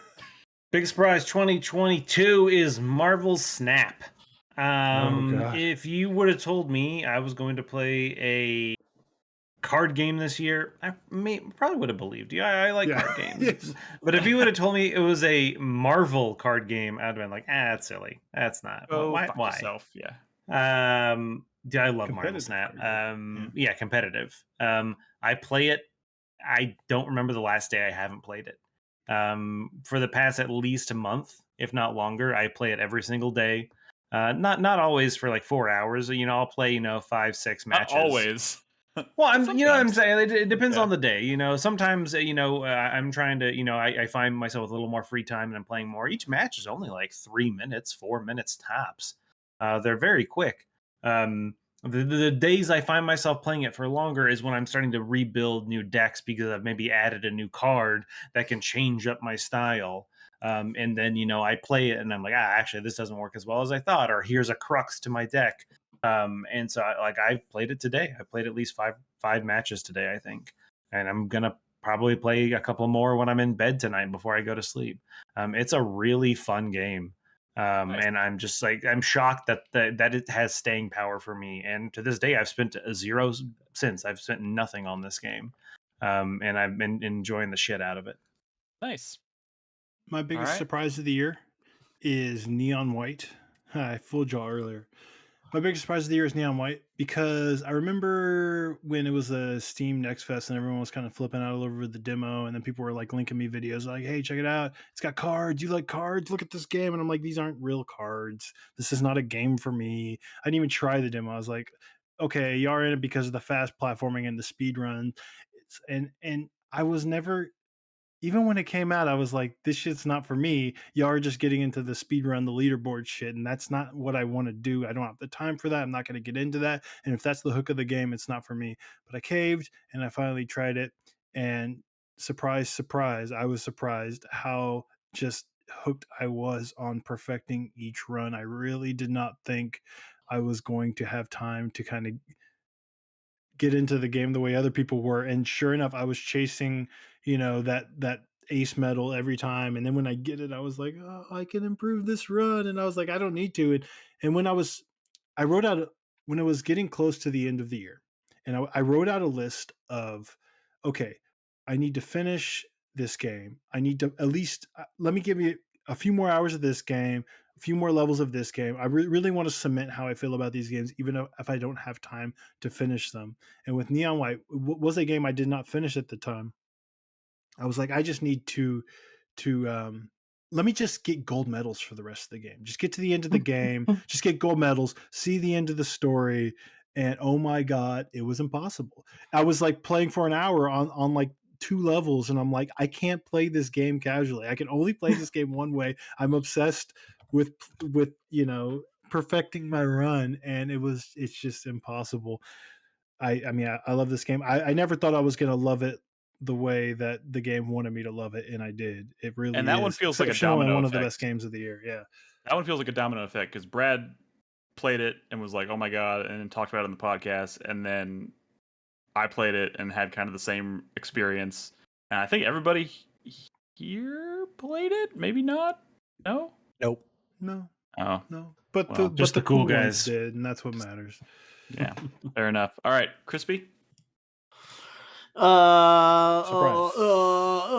Biggest surprise this year should come as Elden no Ring. surprise.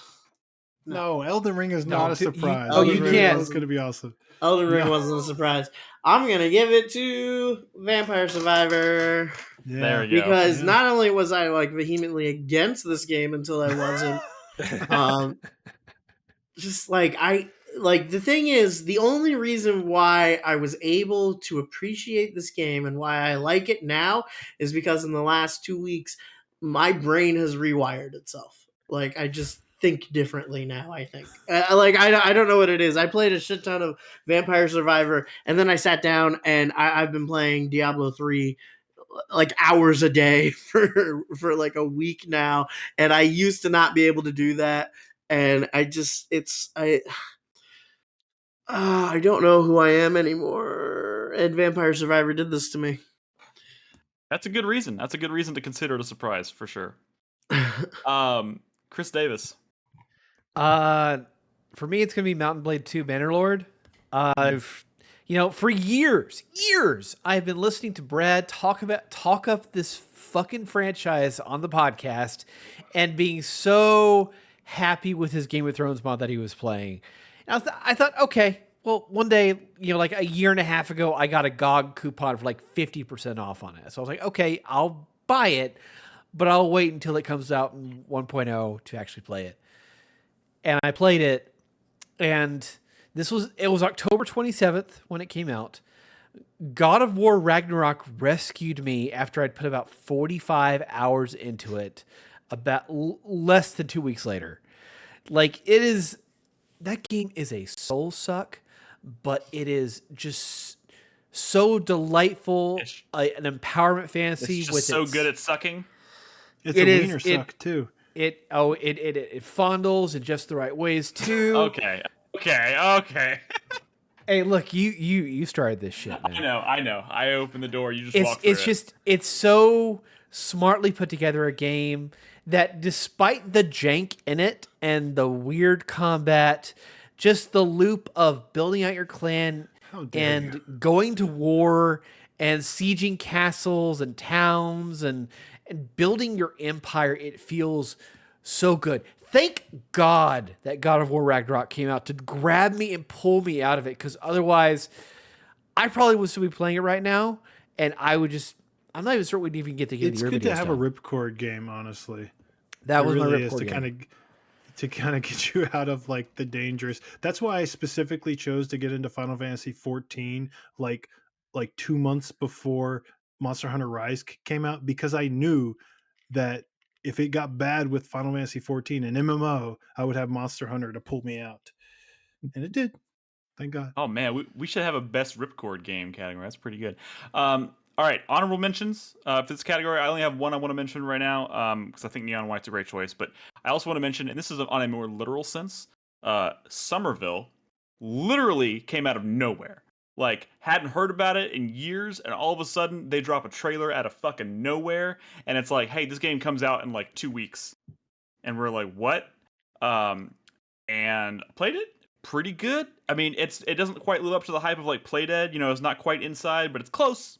It's respectable and it's close, and if you like those kinds of games, those kinds of experiences, it's worth playing. But damn, it came out of fucking nowhere. And if you're willing to put in the effort and examine the environment and do a little more exploration in Somerville, you discover a whole other dimension as to what this game is really about.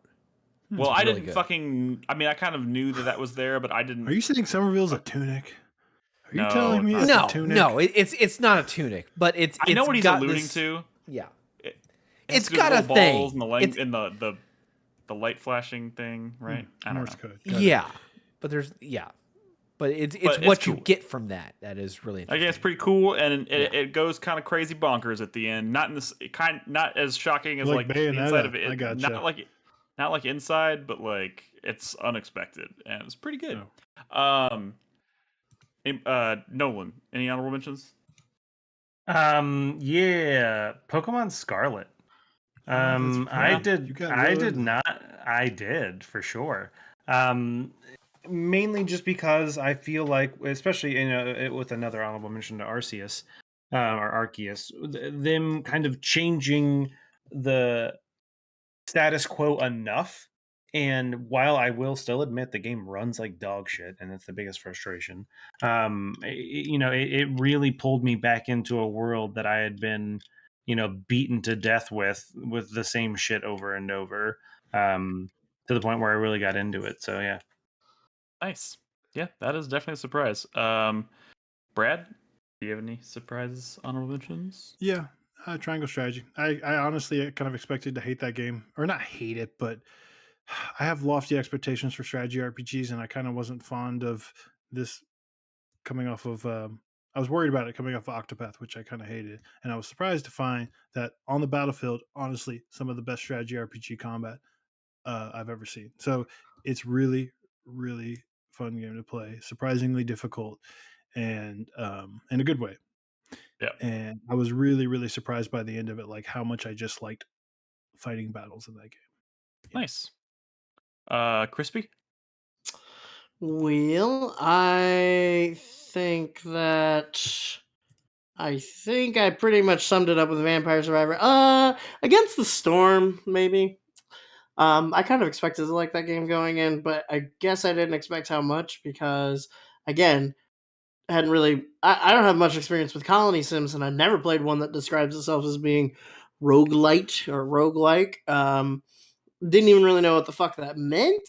Played it. It's a lot of fun. It really works. Highly recommend. I feel like I haven't given that game enough of its due tonight. Cool. It does. Chris Davis. Just to echo what Chris said earlier with his choice of Vampire Survivors. I fell in love with it as soon as I played it, and it just kept surprising me in so many delightful ways. It's a really good game. I right. love the arc of Chris Davis starts playing that game, which is a surprise that sometimes it surprises me the games that Chris Davis gets into. But you started playing that, and I'm like, you don't even know yet, and you're like, shut up. And then you play enough to where, and then Crispy starts playing, and then you're like, you don't even know yet, Crispy. I like that arc of people experiencing Vampire Survivors. The chain effect we got going and now on here. and now Nick will start playing. No, not I will Nick. not. Nolan. I will Nolan not play play it. this stupid game. Yes, you will. Never. I just want Crispy to tell someone you don't even know. All right, we have what we have. Culture. We need to take a break. This is our last break of the night, so we're gonna set up Fake two more break. soundtracks. Brad, you're gonna set up your soundtrack in a second, and Crispy. But when we come back, we have one more segment. We have 5 more categories. This is usually where we start to kind of pick up the pace a little bit. But we have Biggest Disappointment, the Stubborn Award, the Spotlight Award, our Asterisk Award. These are some weird ones. And then we always end the night with our number 11, the game that just barely missed our top 10. So stick around for that. Brad, why don't you set up your soundtrack? I went with Triangle Strategy. I think I like a good battle theme in like a strategy RPG ever since I fell in love with Final Fantasy Tactics, and there's a lot of like brass and big drums and stuff. It just feels so epic, these tracks. And I think this one is from like, which one did I choose? I don't actually know. If it's the one I'm thinking of, it's like when you choose to like, turn over like your friend and the prince who's like your best friend growing up, and you're like, we're all gonna die if we don't do this. And it's just like this battle that you fight afterwards is like fucking like very tense, and like the music is just insane here, and it's a really good soundtrack. So Triangle Strategy was my pick. Crispy, what's your soundtrack of the year? My soundtrack of the year is Monster Hunter Rise Sunbreak because it was pretty good, but honestly, I was having a tough time with soundtracks this year. There was good stuff, but there wasn't anything that really just like Bangers. fucking there wasn't You can anything tell that this just like motherfucker didn't play. there's Tunic. nothing that grabbed me by the lapels and said, "Hey, listen to me." And I didn't play Tunic because that was my biggest regret of the year. Nick, thanks for bringing that up. I'm just saying, I picked Dying Light 2 because part of me was like, well, someone else is going to pick Tunic, certainly. And then I realized nobody did. And I was like, fuck. So the track that I selected was the boss fight music from the Guys Magarm. Is that how you say it? Guys Magarm. Who knows? Guys we'll go with Magorm. yes. Yeah, the Guys Magorm fight. Because it's got this nice kind of like simmering atmospherics to it, but then it ramps up and goes right into like the classic Proof of a Hero Monster Hunter theme, and it's like fucking sick. Like It's really cool. And I realize now, well, actually, Chris Davis, we'll have you set up your sound because since I'm not gonna include these tracks in like the final audio version. I'll have you set up your soundtrack at the end of the last segment. That closes that on. So enjoy these 2 tracks. When we come back, we'll do our last 5 categories. So if you're watching us live, don't go anywhere. We'll be right back.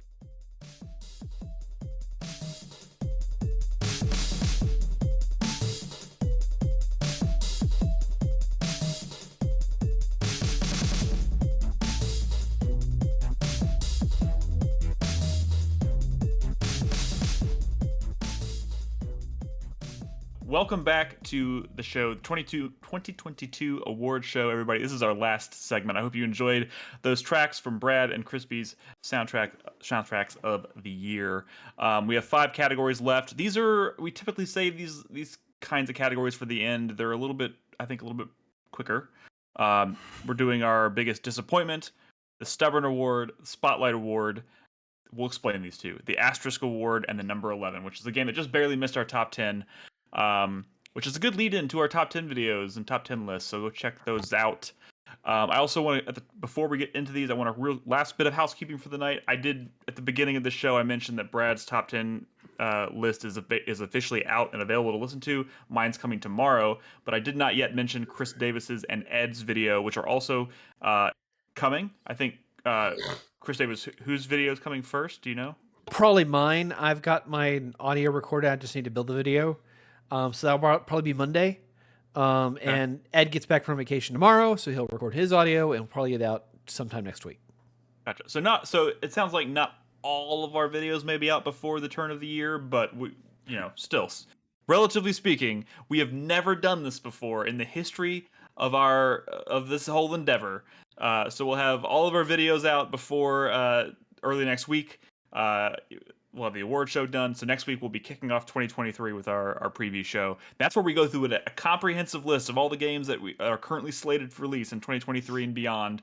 We're very excited for that. And I think Ed might be joining us for that as well. So point is, keep your eyes peeled for our next videos. We should have a list from Crispy and Nolan. It's not going to be in video form, but we'll make sure we get that out to everybody so they can see it. And it will be taken into account when we're putting together our year in review, as always, as well. So I will be mailing my list to everybody. So snail mail? You're gonna make sure you email me your mailing address if you want my top 10 list. Fabulous. Whatever you want to do, Crispy. All right. So, like I said, our first category of the segment is going to be biggest disappointment. I don't think there's a lot of setup for this needed. So I'm just going to jump right into it. My biggest disappointment of the year is without a doubt Dying Light 2. Yeah! Dying Light 2 was my most anticipated game of the year. No, it wasn't. Yes, dude, absolutely it fucking was. Are you kidding me? Oh, I remember you at E3 when we went and saw that, and you're like, yeah, you were like into it. I've been fucking hyped for this game for like 2 years prior to release. I still have the damn statue they gave us. I have the statue. It's right over here. I was so fucking excited for this game. Let me tell you, going into at the end of last year, it was like, oh my god, Elden Ring, Dying Light 2, and Horizon coming out in the first 3 months of the year. But all I can think about right now is Dying Light 2. I was like so fucking pumped. And you know what? If I was judging it based on gameplay alone, I would probably have put it in my top 10. But man, I have never played a game with a story so boring that it just dragged it off my list. It fucking just flops at the very end. And you're talking to someone, and you're talking to somebody who played Dying Light 1 and liked the story. Like, I didn't love it. It's not amazing. It's not great literature. It's just, I enjoyed it. It was like watching a silly action zombie flick, right? I don't even think this lived up to that. It had Rosario Dawson in it, and it was just like wasted, man. I don't know. It was. I like how that game came out in the year, like in one of the years of a global pandemic, and like the first scene of the game is you going to like a pre-world, like the remains of a pre-world suicide party, and just being like, oh yeah, that's a pretty good idea, I guess, if it comes to that. Yeah, I forgot about that. That's true. You know what? I think there's a lot to love about Dying Light 2. I gave it my soundtrack of the year. I think gameplay wise and world design wise, it does a lot of things right. And it should have been a shoe-in for at least, at the very least, it should have been an honorable mention. But I didn't even give it an honorable mention this year on my list. There were other games that took precedent. So yeah, massively disappointed in that. And I know a lot of that has to do with the fallout between the studio and was it Chris Avallone? Because he turned out to be a big piece of shit. So they took him off the project in the middle of it, and then it feels like they had to scramble to try and figure out how to end that game without him. I But don't there's know. no excuse for that last 2 hours. No, the last 2 hours of the game feels broken as fuck. But yeah, a huge disappointment. So that sucks. Nolan, what's yours? My biggest disappointment of 2022. It's a toss-up, but I think I'm going to give it to Dragon Ball: The Breakers. I was very excited about this game when we first heard about it. It had a great concept, very similar to Dead by Daylight. There's one powerful enemy. In this case, it's a Dragon Ball villain versus four, breakers, or like just kind of either random people, or like, oh, you could, some of the weaker, like humanoid type people in the Dragon Ball universe. And being able to temporarily transform into some of the Dragon Ball heroes like Goku or Piccolo or something like that. It's a great concept. I just never really enjoyed it. The balancing always felt really off. They didn't give you good ways to communicate with your teammates, and I think maybe that might have been because if you could communicate too well, the villain never stood a chance. And so they're like, oh, well, then we just won't let y'all communicate, and then maybe it's more fair. But then people probably just get like discords and stuff, and then they do that anyway. And so then the balancing was always bad. I don't know. I really, really wanted to like it, but I just never had a great time playing it. It's a good idea for asymmetric multiplayer, especially for Dragon asymmetrical Ball. Multiplayer.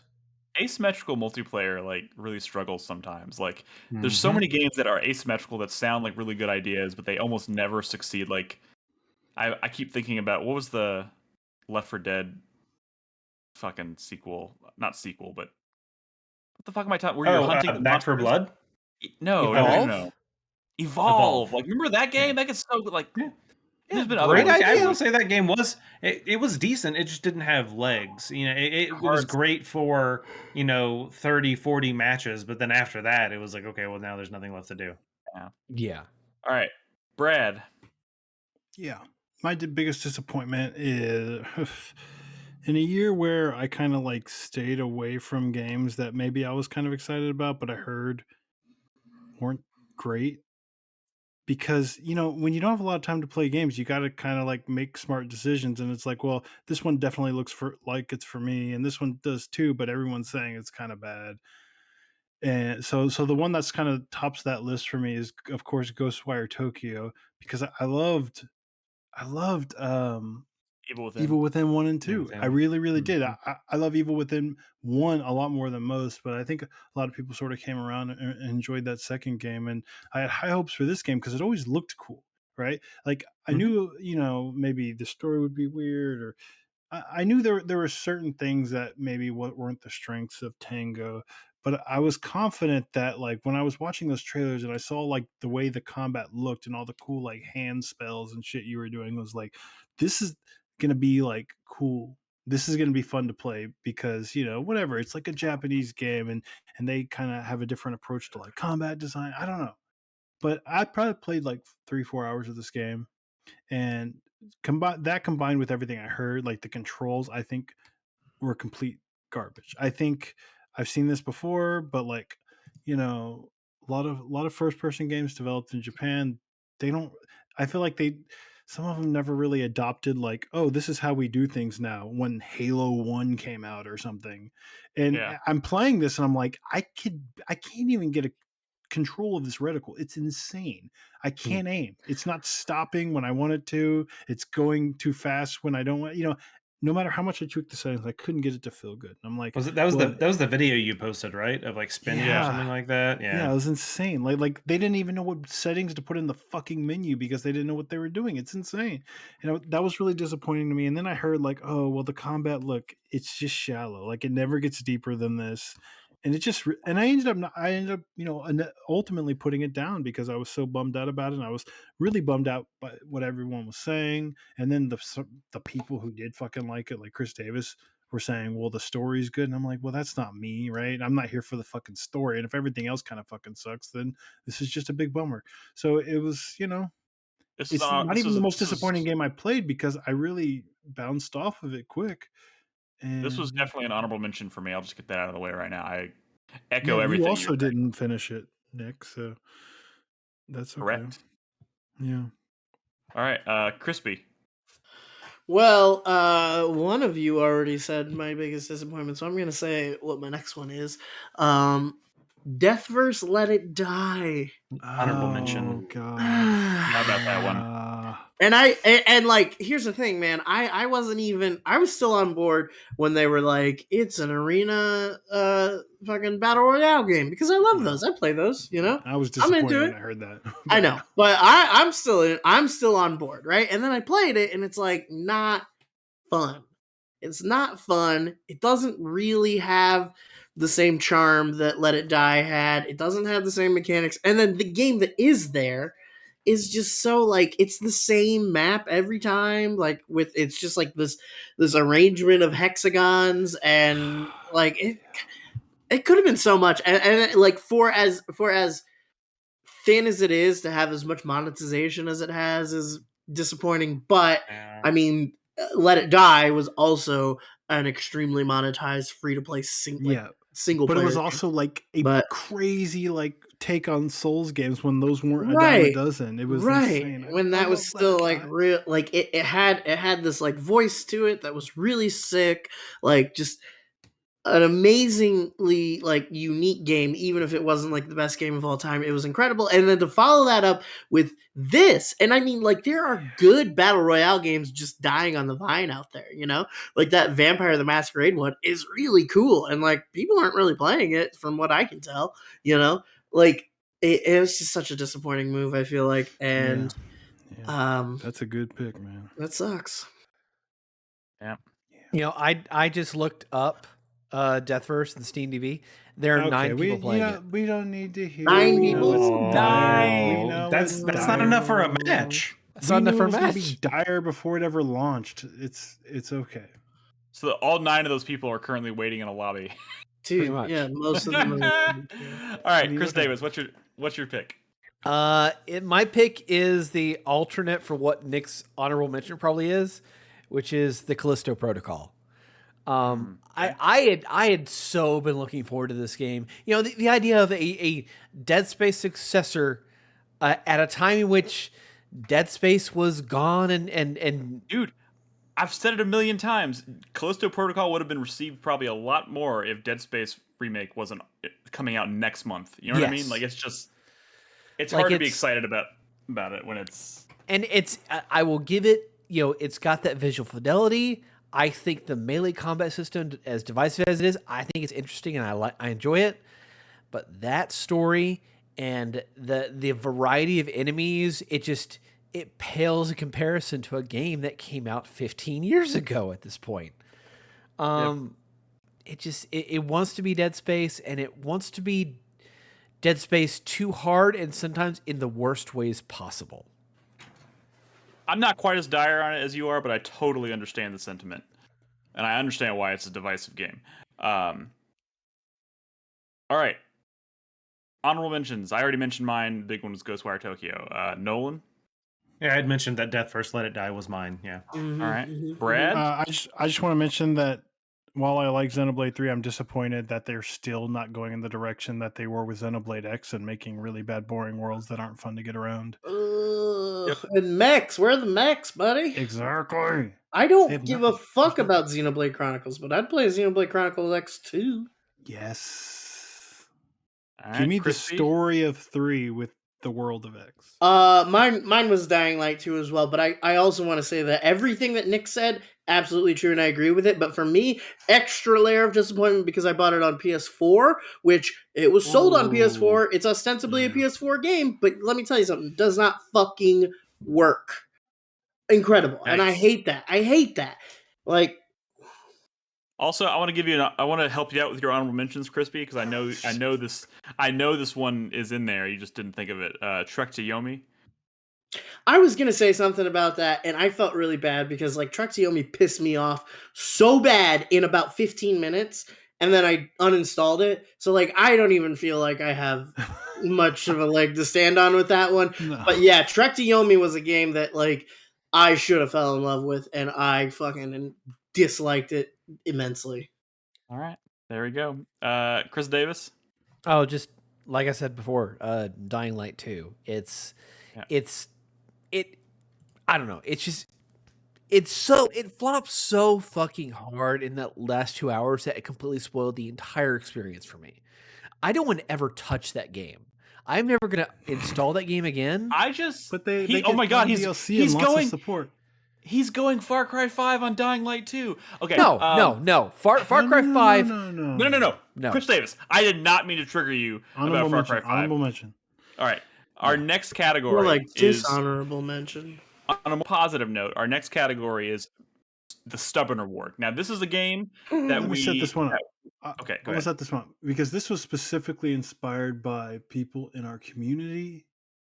Turds, I like to call them. No, I'm just kidding. I feel like I don't know what kind of like weird, shallow, hedonistic gamers are out there, but let me tell you, anytime I start being critical of a game, they're like, "Oh, why don't you just stop fucking playing it, man? Come on, what are you doing to yourself? Why are you even playing it? You're fucking critical, and you're choosing to play it."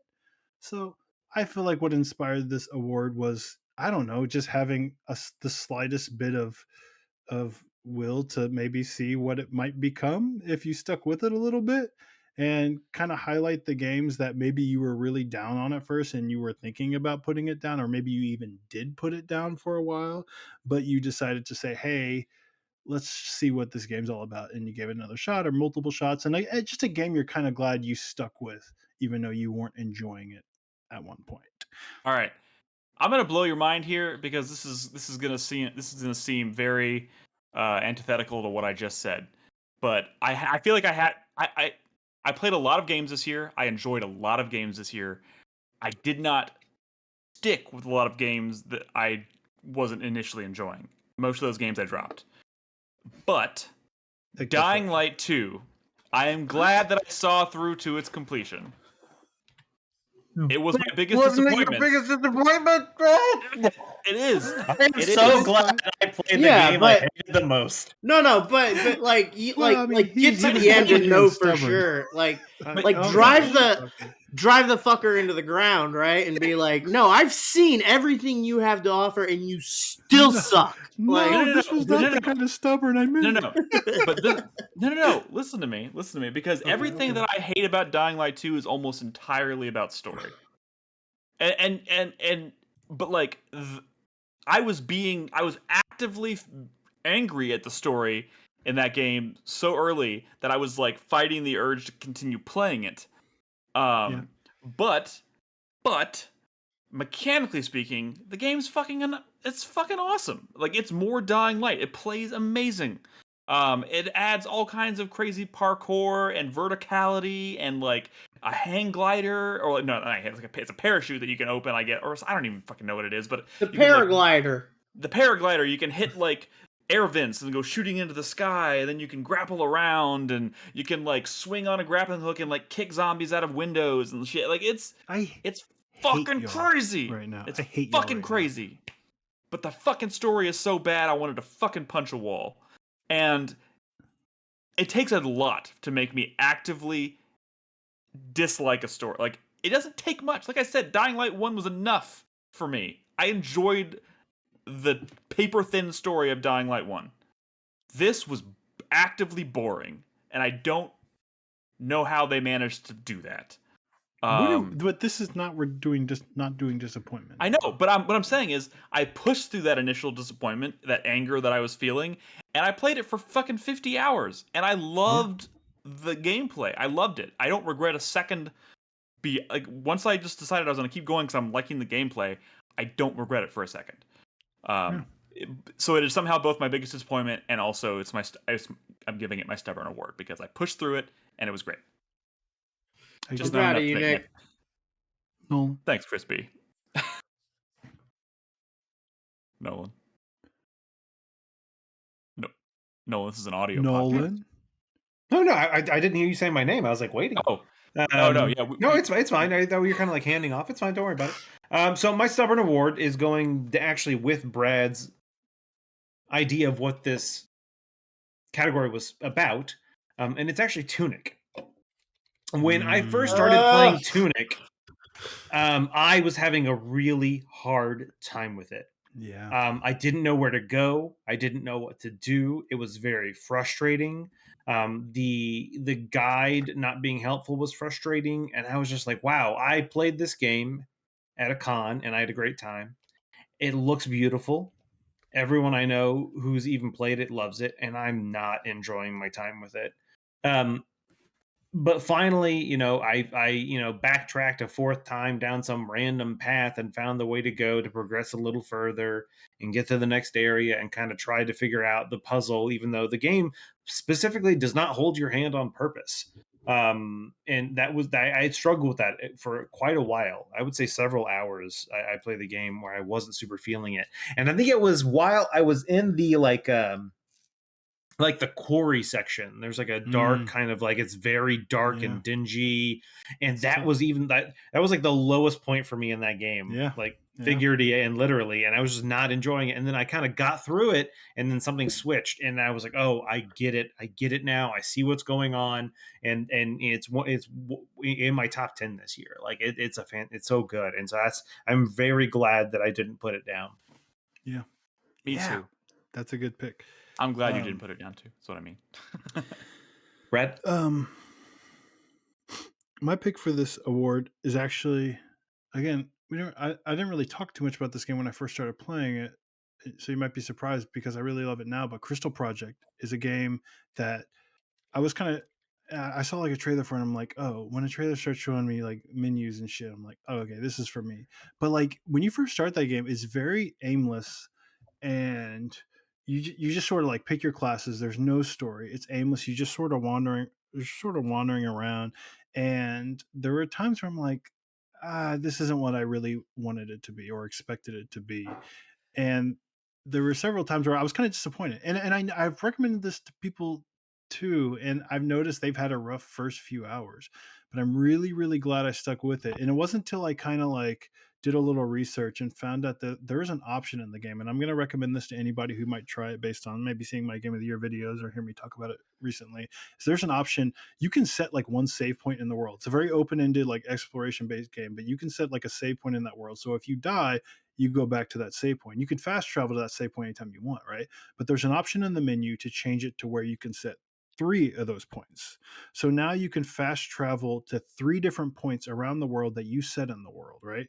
So you can set like say a save point in a town where you can maybe rest to get some of your MP back. It all of a sudden it really like blows open the accessibility of that game. And something that was I think they were trying to make really hard and really brutal at first becomes like not easy or breezy because like the fights can still be tough and the exploration is still kind of like it can get as tough as where you choose to take it, but it made it much like friendlier of an onboarding experience. So I recommend if anybody plays that, kind of stick with that first few hours, turn on that option to be able to set multiple saves point in the world. And by the time you start getting mounts in that game, it really opens up and it becomes a lot more fun. And there were times where I kind of put it down for a while, and I'm glad I kind of stuck with it. I'm glad I don't listen to the weird people that say at the first whiff of pain, put it down, because I don't believe in that.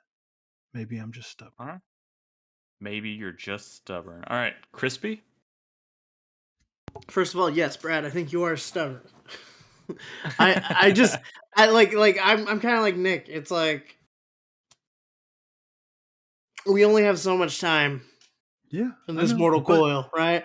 And it's like if a game's not doing it for me, I mean, even sometimes when a game is doing it for me, stop playing it. I know, and I do that too. But we're awarding the games where we didn't do that, right. And we're glad we didn't. Right. The one that I am glad I stuck with this year is kind of surprising because it's one that I actually do really like, and I wasn't like against it, but I'm gonna go ahead I give it to this anyway. I'm going to say Vampire Survivor.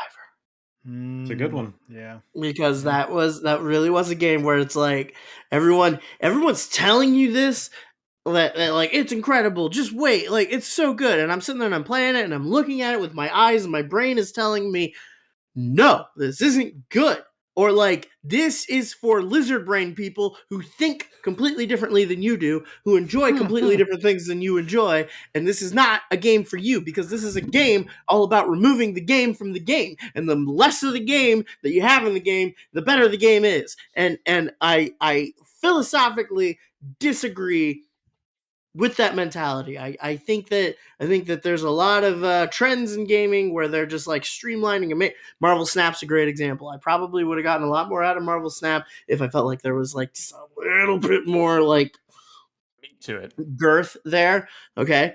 Meat on the But bones. I forced myself to keep playing, and then like, you know, I'd unlock a new character and be like, okay, well, let me try that. And then like I got the run where like the first time I got garlic, I was like, oh, okay, this kind of helps, you know, this. Dude, and it was garlic. it was this like, yeah, it was. And then I He's started finding beginning new to weapons I'd believe. never seen before. I started finding secrets. I started finding chests, started unlocking characters, started getting like the fucking fusion weapons that are just insane, started doing things that like an hour ago I had no idea was even possible. And it was a rewarding, blossoming experience. And I still have a long way to go to experience everything that there's game so has to much. offer. I mean, There's so there's like 40 characters or something in that game. It's fucking crazy. Can I say for contender for moment of the year, the first time you get a chest with like 5 rewards? Oh my god, 5. That's such a special moment. Dude, it's like gambling. Oh my When you see the beams start coming out of it. Oh, my I God. read somewhere like I was like looking at guides and stuff to try to figure out like what I was doing at a certain point, and they're like, look, you just have to get to the 30-minute mark and then you clear the stage and then that'll unlock this and that. And I'm like, okay, what happens at 30 minutes? So the first time I got to 30 minutes and like the thing happens, I was like, whoa, what was that? Like, it was great. Oh, and then All when you right. beat death, man. Oh. All right, Chris Davis, what's your pick? This might be a little incendiary, but I'm going to say it. My stubborn award I'm going to give to Elden Ring. You guys know I'm not a From Software guy, but I do like Bloodborne. I do like Sekiro. I'm not a. That makes you a From Software guy. I don't know how to tell you this. It's there are different things that do different things, but Elden Ring, more than any other boss I've ever experienced in a Souls game or a Soulsian style game, Margit, the first mandatory boss that you have to fight, is such a perfect skill candidate. check and wall that I probably spent 4 to 5 hours trying to beat him my first time. And What? I mean, yeah, no, really. I just 4 or 5 hours. yeah, probably the first time you're trying to beat him. He is such a wall. And then what are my options for having to go out and grind? I can either go out to Caelid, which is a fucking death trap so early in the game, or I can go down to the island, which you get done within like an hour. So I just there's some blood to do Or down there. there's more you stuff get to do good. down there. I'm being exuberant with No, an hour, he's right but- though. I mean, I'm kidding. I know. It's not a wall. It's a sign that says go the other way for a little bit. You know, that's I think what that boss is teaching you. Or find the secret trail around the boss and Well, go to the even harder areas that'll not even stomp your that dick secret, in. honestly. I You mean, I was just Also- Shut up! Also, funny story. We were capturing footage for Game of the Year stuff, and Chris Davis and I were both, we're like, because we started New Game Pluses, we're like, we're kind of like roped into like playing just the early opening areas, right? because And, you I was like, can't "All right, I replay guess we'll just-" cinemas or anything. You Yeah, have to I was start like, a game. I'll just go to the castle and fight some shit, right? So I walk in, there's Margit, beat Margit in like 30 seconds. Same and I here. was like, holy shit, that was amazing. I And I just couldn't- think back to like how I was just like an hour, probably more, fighting him the first time. That was good. And like with Souls games, again, like for me, the skill check bosses like the Ape and Sekiro or Genichiro or a lot of Sekiro, but still, Father Gascone or Rom the spider from Bloodborne, like those fucking frustrated me. But Margit was a complete another scale level above that. But the point is, you push through it and you're happy. I pushed through it, and I ended up putting about 130 hours into the game, and I am very glad I did. And you know what? After having beaten Margit on my first try in like 45 seconds on my New Game Plus, I'm thinking maybe I should play New Game Plus. Maybe I should. Yeah. Do I have time I had before? I had that exact thought, so I uninstalled it. That's probably the best possible response you could have there. All right. Also, I don't want to be that guy, but I think it's Gascoigne. Do we need You're gonna be that HMs guy. for this category? I don't know. Probably not. I don't know if anybody. I mean, I was gonna say maybe Neon White, but like the only one I was gonna say that pretty quick. The only other one I was gonna say was Marvel Midnight Suns, because I feel like that game really does take a while to like show you what's going on. And even when I like was in the full swing of it, I played for like hours and hours and hours, and then it was like end of part 1, and I was like, "What the fuck are you talking about?" Like, excuse me. Yeah. All right.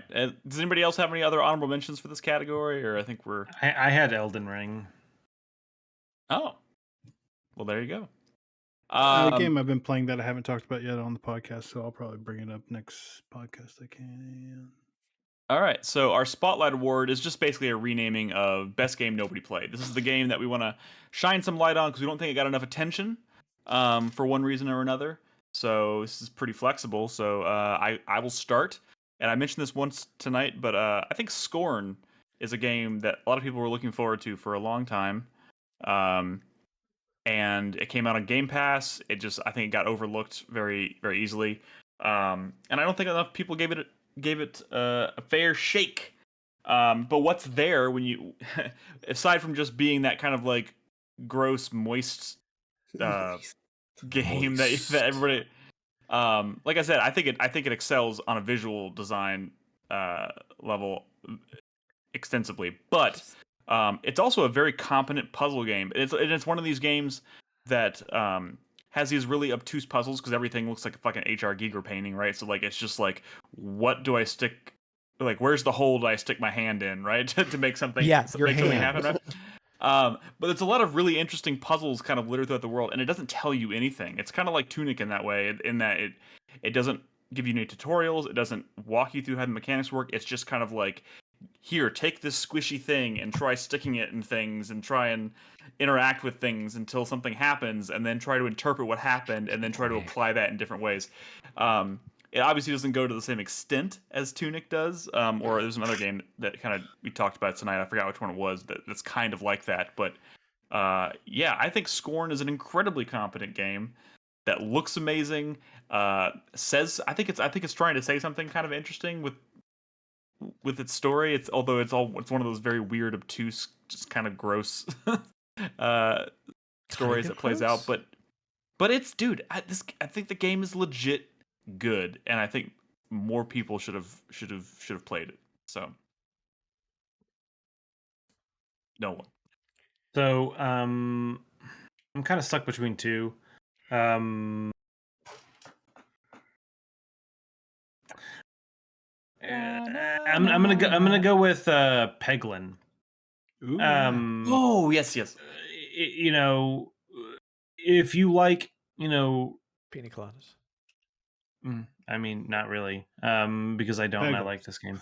Like I know Peggle. I was trying to find the next game to kind of describe it as. I mean, I don't say it's a deck builder, but it kind of is, because your stones or your balls are they're randomly generated. So it definitely is a lot of RNG and just random roguelite runs to the game. But I will also say, if you maybe picked it up earlier in the year and didn't really like it as much, they actually had done several releases throughout the year. And they just more recently did an even bigger release within the past. Oh, it was very recent. A couple of weeks ago, that added a lot more content. that just kind of changed the game up. It runs better, it did better animations. They added some new, when the game first came out, if you played it early on, you just got to upgrade stuff after battle. But now there's like a shop mechanic, so you earn coins when you're doing the stuff instead. So you can, instead of, you can get one upgrade. If you've earned enough coins, you can now buy multiple upgrades. They've changed it a lot. And so what I will say is, if you did either try it and didn't enjoy it, I would suggest trying it again, because they've added even more. I enjoyed it before they added this stuff, but I love the game. It is very much roguelike Peggle, and it's a lot of fun. Nice. I forgot about that one. Yeah, those look pretty cool. Mm-hmm. Brad. I was originally going to talk about Crystal Project here, but I feel like I've talked a lot about that tonight and in my videos. So I'm going to mention one that came out the very, very beginning of the year. And it's cool. And I feel like it's sort of the best kept secret in indie gaming, honestly. They put out yet another Superland game this year. Oh, 6 yeah. Inches Under. 6 Yep. Inches Under came out in January, And and it's it's so like good. a full new Superland game. And he's put this one guy made Superland, and he's put out 2 DLCs that are just like full side games that just sort of And he's like making take Super World Superland and now. like mix it up in really clever, cool, or funny ways.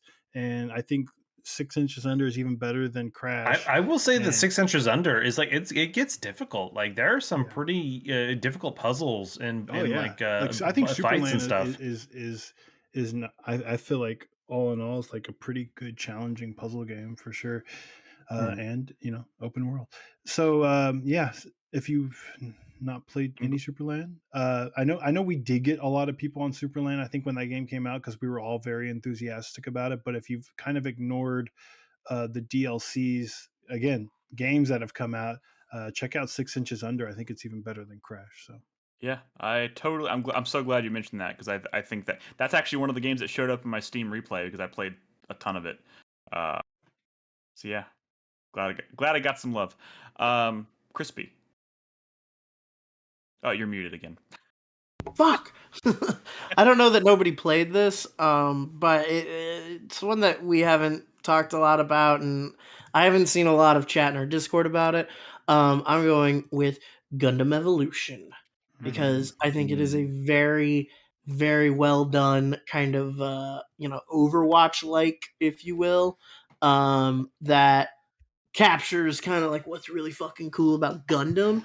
It's like a legit Gundam game that reaches out beyond just kind of like the niche fandom, and like kind of touches into mainstream a little bit, which is amazing for the Gundam franchise. I want a game like that.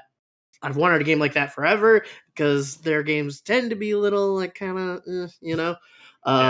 But this is a great game, and I think it's also awesome that it came out the same year as Overwatch 2, because I know a lot of people were pretty like iffy for real world reasons about Overwatch 2, and it's like, if you want to play a game like that but you didn't want to support Blizzard, this is the perfect game. Like, this is Nice. This is exactly what you want. It's fucking getting great. support? Plus, the Pale Rider is like a fucking sick ass mobile suit, and it's fucking like the Soldier 76 of that game, and I fucking love it. It's so good. Nice. Is it getting All good right. support? Apparently, as far as I know, like it's they're still doing updates and adding mobile suits and things like that to it. Oh god, I tried so hard to make the joke about that Gearbox Overwatch knockoff, but I couldn't. Oh, remember the name. Battleborn. Battleborn. I was like, maybe it's time for Battleborn to come back now that Battleborn. Overwatch is in shambles. Oh, where's the Battleborn porn server? All right, Chris Davis. Chris Davis. This is 100% a Chris Davis game. Probably about 12 other people in our community have played it. No, probably no, zero in the community have played it. It's Kaiju Wars. Like I was like, I knew it. It's fucking Kaiju Wars. It's Kaiju Wars. That this is a video game made by fans of a video game that's near and dear to my heart, but has no reason to be, just because it is tied into my favorite franchise of all time. But it is a competently built turn-based strategy game with light deck builder elements, a very fun visual aesthetic, and a smart gameplay loop that they figure out every way possible of using. It's Just for the record, the man of the lamb in chat says I own this game. okay. You own it, but Man of the Lamb, please play it. Wasn't it on Game Pass? It's. I don't think it's on Game Pass. No, I don't think so. No, I'm not even certain it's off of Nick, Steam, but it's really good. Nick, did you pay money for Somerville? No, I played it on Game Pass. Okay. You're still over there trying to what's find the more. next topic? Honorable mentions. Any honorable mentions here? Yes. You know, Tinykin and Bones Cafe. Nice. Tinykin, I agree with. I'm gonna throw it Cultic Chapter 1, and I'm only doing that because I think that game is deserving of awards, but I'm kind of waiting for Chapter 2 to make it kind of a full cohesive thing. Although Chapter 1 is still a lot of content. I'm gonna say Immortality because I don't know if everyone played that, and Against the Storm because nobody has been talking about that game, and I think that game is really fucking cool. Play it. There are those and for- people, but we're just not them. But yeah, I've actually heard that game is pretty cool. I want to throw out Infernax. I played it very early in the year. That's a really cool. We do have a couple more honorable mentions to roll out, and that might be one of them. And for me, it's Potionomics. Potionomics. There we go. That's really good. Cool shit. Yep. All right, 2 more awards. This is the last one that will actually have honorable mentions. The Asterisk Award. This is basically our opportunity to highlight something we played during the year that is not from 2022. It's just something we played for the first time. It can be anything. So I'm going to start with a game that Carlos recommended to me that I played during my Halloween stream that I did this year, where I played a bunch of horror stuff. I played a game called Mother. Which is a very it looks like a really old like PS1 game. You play a single mother who is now raising 2 kids. The husband passed away, and the whole game takes place in the confines of your apartment, and some weird creepy shit is happening, and you are just trying to take care of your children and survive this demonic shit that keeps starts happening in the house, in the apartment. And it's like you have to like physically keep eyeing your children, and then tuck them into bed, and then go to sleep. And you have to you're in control of you blink your eyes. So wait a minute. Every time you blink your eyes, time passes at night. I was too scared to play this game, dude, but it's a metaphor, right? It's like depression or grief or some shit. It's not an actual. I think so. Demon, right? Okay. Yeah, I think so. I think it's supposed to be metaphor, but it obviously goes pretty visceral on that. Gotcha.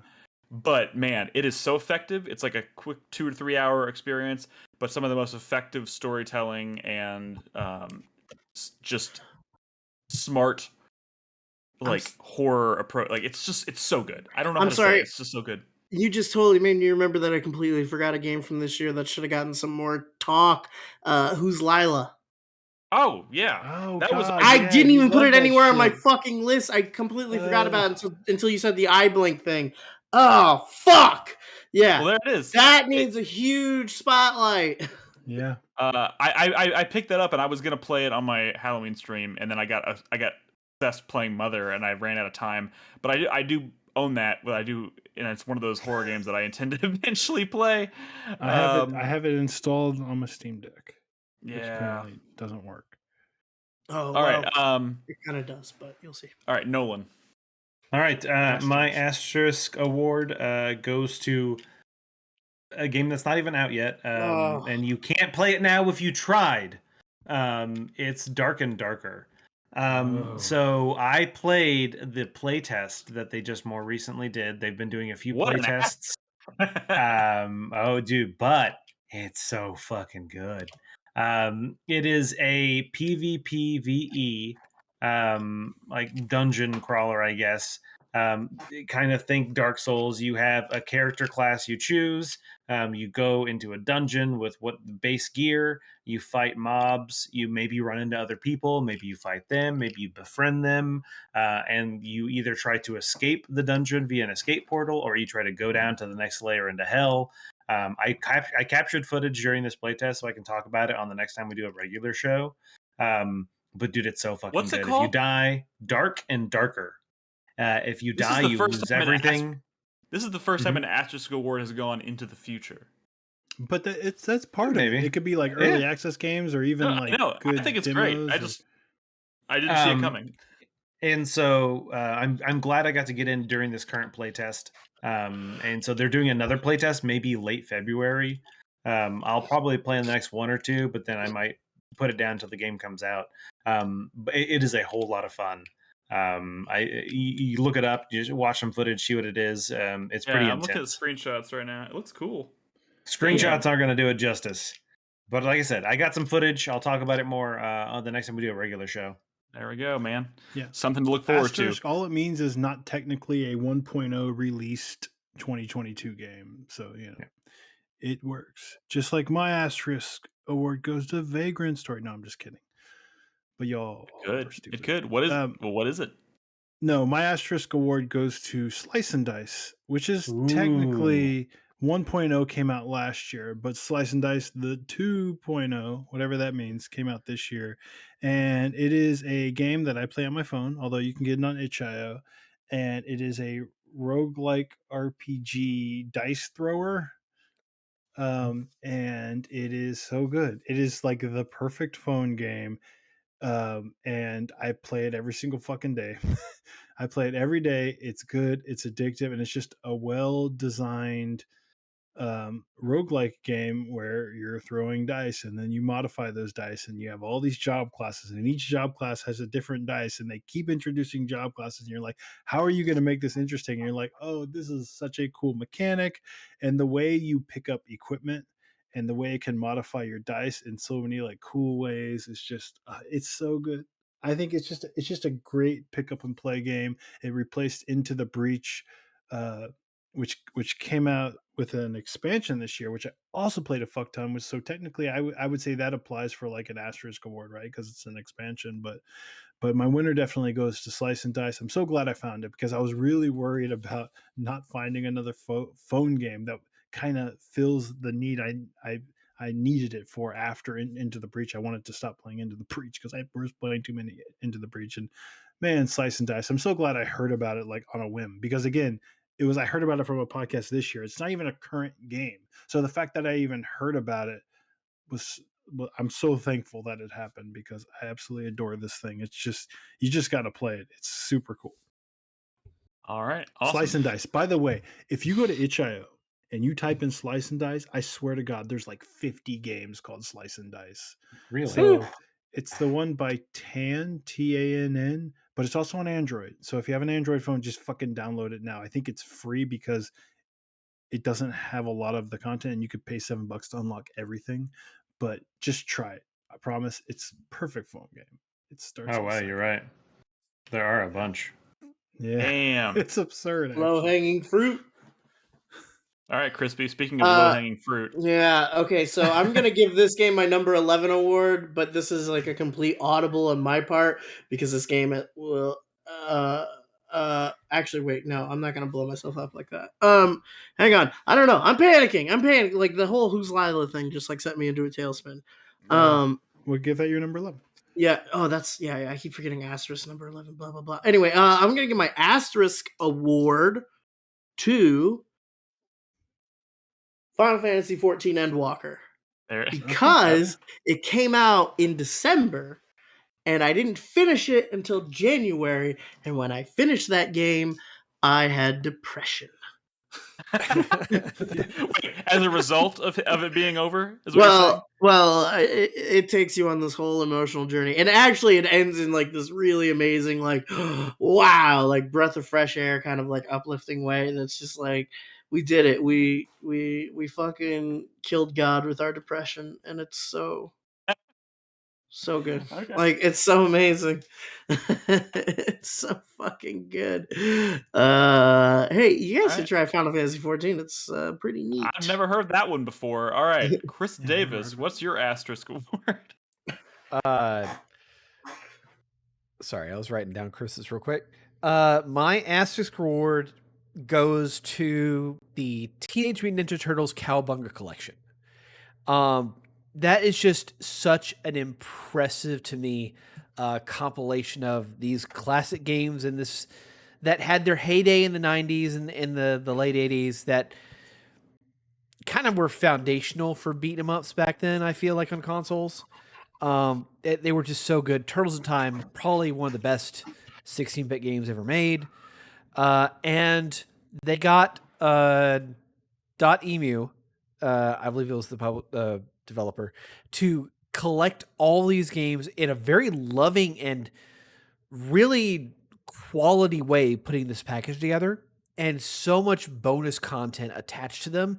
So many little mechanical adjustments and little bonus things that they added to it. Like I mentioned on the podcast previously, the ability to have a perfect CPU playthrough that you can watch, but at the press of a button, you can actually pick up from right there and just continue playing from there on. That was one of the coolest fucking things I've ever seen in one of these retro collections. I don't know if I've ever seen it anywhere else, but I want to find out what else. That company that made that has done that in a couple of their previous games. They and have? They're probably going to keep doing it, but it is a really cool idea. And they also put out like Atari 50 recently. I've been hearing excellent things about Atari that. 50. I actually rented that from GameFly, and it is that they set the standard for like what every collection should ever be like. It is a museum history piece, and it is shocking. Some of the footage they have, and some of the things like the pamphlet. I mean, it's just crazy. It's crazy. Yeah, like it's Wild. So yeah, there I are mean- people out there doing really cool shit with collections these days. They used to be so throwaway, and this is, yeah, it's wild. Alrighty. It's- So, real quick, honorable mentions for this category. Like I said, this is the Well, last honorable mentions for Vagrant Story. I Yeah. finally finished a game that, hey, that's a good stubborn award game. But I stuck with it, and all y'all are whiny bitches, and I'm glad Yep. I did because I was the sole person to finish it, and I actually think it's a pretty great game. So I wish I had the patience for it. When we were talking about Wildermyth on the podcast, I went back and played some more of that, and that it's game's good. pretty It's sick. good. Also, I really like Diablo 3 now. There we go. Because of Vampire Survivors, somehow yeah. Vampire Survivors led your lizard brain back to the Diablo 3 Back well. to Diablo 3, and this time I'm enjoying it. Honorable mention for me, I played Warhammer 40k Space Marine this year, Oh, yeah. and it because of the Revival Club, and really, really, really loved that game. And now, going from having almost no involvement in Warhammer at all to now, I'm like fully ready for the Space Marine 2. Like, that game was fantastic. Why don't you play some of what's it called? That Left 4 Dead game that's on Game Pass. right Dark now? Tide. I mean, Yeah, to be honest, I'm not sure if it's Warhammer as much as it's just Be a the use of Warhammer guy, Warhammer in man. Space I Marine. heard I don't know. Demon Hunters was really good. The XCOM like that came out this year. Wait, isn't Darktide just Warhammer Fantasy? It's I think You'd No, have to it's, play. it's 40k. it's the Rats game, Left 4 but 40. You're thinking of Vermintide. Yeah, you're right. no, but you're it's right. the follow up. I was also thinking of Deathwing, but that's 40k. All right. Any other honorable mentions here? Yeah. No. So I have some honorable mentions as brought up by my Steam replay. My number one played game of the year, according to Steam, was Monster Train. My number two played game of the year, according to Steam, was The Binding of Isaac. I knew it. And my number What? 3 game, according to Steam, was Stardew Valley. You're sick. You've got a sickness, Nolan. Hey, number He's 4 is free. Peggle. No, he's free. Peglin. He's the evolved one. He's We're the free. stupid ones that Yeah. can't play games out of I'm your. free in ways you cannot imagine. I play the games I enjoy, man. Yeah. But I will also say another one is going to go to Pokemon Go, a 2016 game that I put down for like 4 years, and I picked back up this year, and I've been really enjoying the stuff that they added to that. Alrighty. All right, and our last award of the night, and this is again no honorable mention. This is just the game, the number 11 game, the game that just barely missed our top 10. Mhm. And like I can't said, wait to this hear is yours number 10. I mean, this you're is a nice- number 11. This is a nice lead. I don't think you know what my number 11 is. This is a nice lead No, in. I don't know. This is a All nice I'm lead saying is in. I had no chance of bumping your number 10 off. It didn't because it didn't. No, I'm saying it had no chance because your number 10 is bullshit. How dare you? Honestly, no, I wrestled with this a lot. My number 10 could have been any number of. There was like I know, 4 but what I'm games. saying is, was your number 10 really not going to make your list? It almost did. There was a version All right, of my let's hear it. list I where I want to hear took your it number off. 11. I'm excited. I'm excited. Tell me. My number 11 this year is Madison. I knew Brad was going to be disappointed when Madison I was said not this. going to bump your number 10 up. But go ahead. Tell us about Madison. Dude, Madison was such a. I mean, you know me. I really I loved PT, and I've loved every horror game that's tried to follow in its footsteps, successfully, anyways. First it was Visage, and now I think Madison is the next thing. And it's one of those games where it locks you in a house, and a creepy haunted house. But like, kind of the twist in this game is that you play a kid who has stumbled across essentially an artifact that's kind of let a demon inhabit him. He's like possessed. So you're trying to figure out how to get unpossessed, right? But you start to kind of unravel this mystery about a serial killer who died, and it turns out he died in the house, and like the serial killer was actually possessed by a demonic entity, and that's kind of what's possessed you now. But it's like you're locked in this house, you're locked in these hallways, and it's forcing you to go and do all these really horrible fucking things, like go into the basement where it's pitch black and there's no fucking light, and it fucks with you in the most effective ways, just like Visage did. I think Visage was also equally effective as this, although Visage was kind of broken up into like chapters that were all kind of different, which was nice, but some were more effective than others. This whole game is kind of this one long string event that plays out really masterfully, and it does some amazing things from a horror perspective, and I can't recommend it enough. I love it. I can't wait for the next game to do. There's actually a game already kind of coming out that's supposed to come out in 2023 called Luca. It looks like it's trying to do the same kind of shit, and I'm very excited for it. So Luca, I know this is just my jam. This kind of game is just my jam, and I love it. But man, You're I a almost put regular it on my list. Markiplier over there. I almost put get it on my list. But I didn't. So yeah, that's my number 11. Alrighty, my number 11, the game that barely missed my top 10 that's not exactly set yet, is Bones Cafe.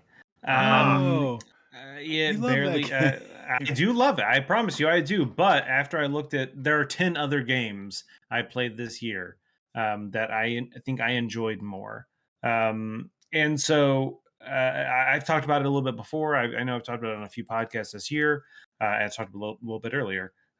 It's just a fantastic little game. The reason it missed my top 10, Brad, is because it needs a little more work. It needs a little more TLC. The game is still technically in development. It is like 1.0 release, but there's still a few more things that could make it better. A little bit of that healthy jank it has to it. But it's still a lot of fun. It's still so much fun trying to set up your restaurant and organize it and design it and try to make a little kill corner where you can secretly, kill a customer. But then, it can get, I mentioned earlier, you're setting up that automation. Well, you can set up like almost like waiters that will like take people's orders and go pick up the food. Well, if you accidentally poison some food and they go and pick it up and you're like, no, you're not supposed to give that to that customer. Like, and so, the automation can get over your head, especially like I said, when you're dealing with, when I stopped playing, I had at least 40 minions.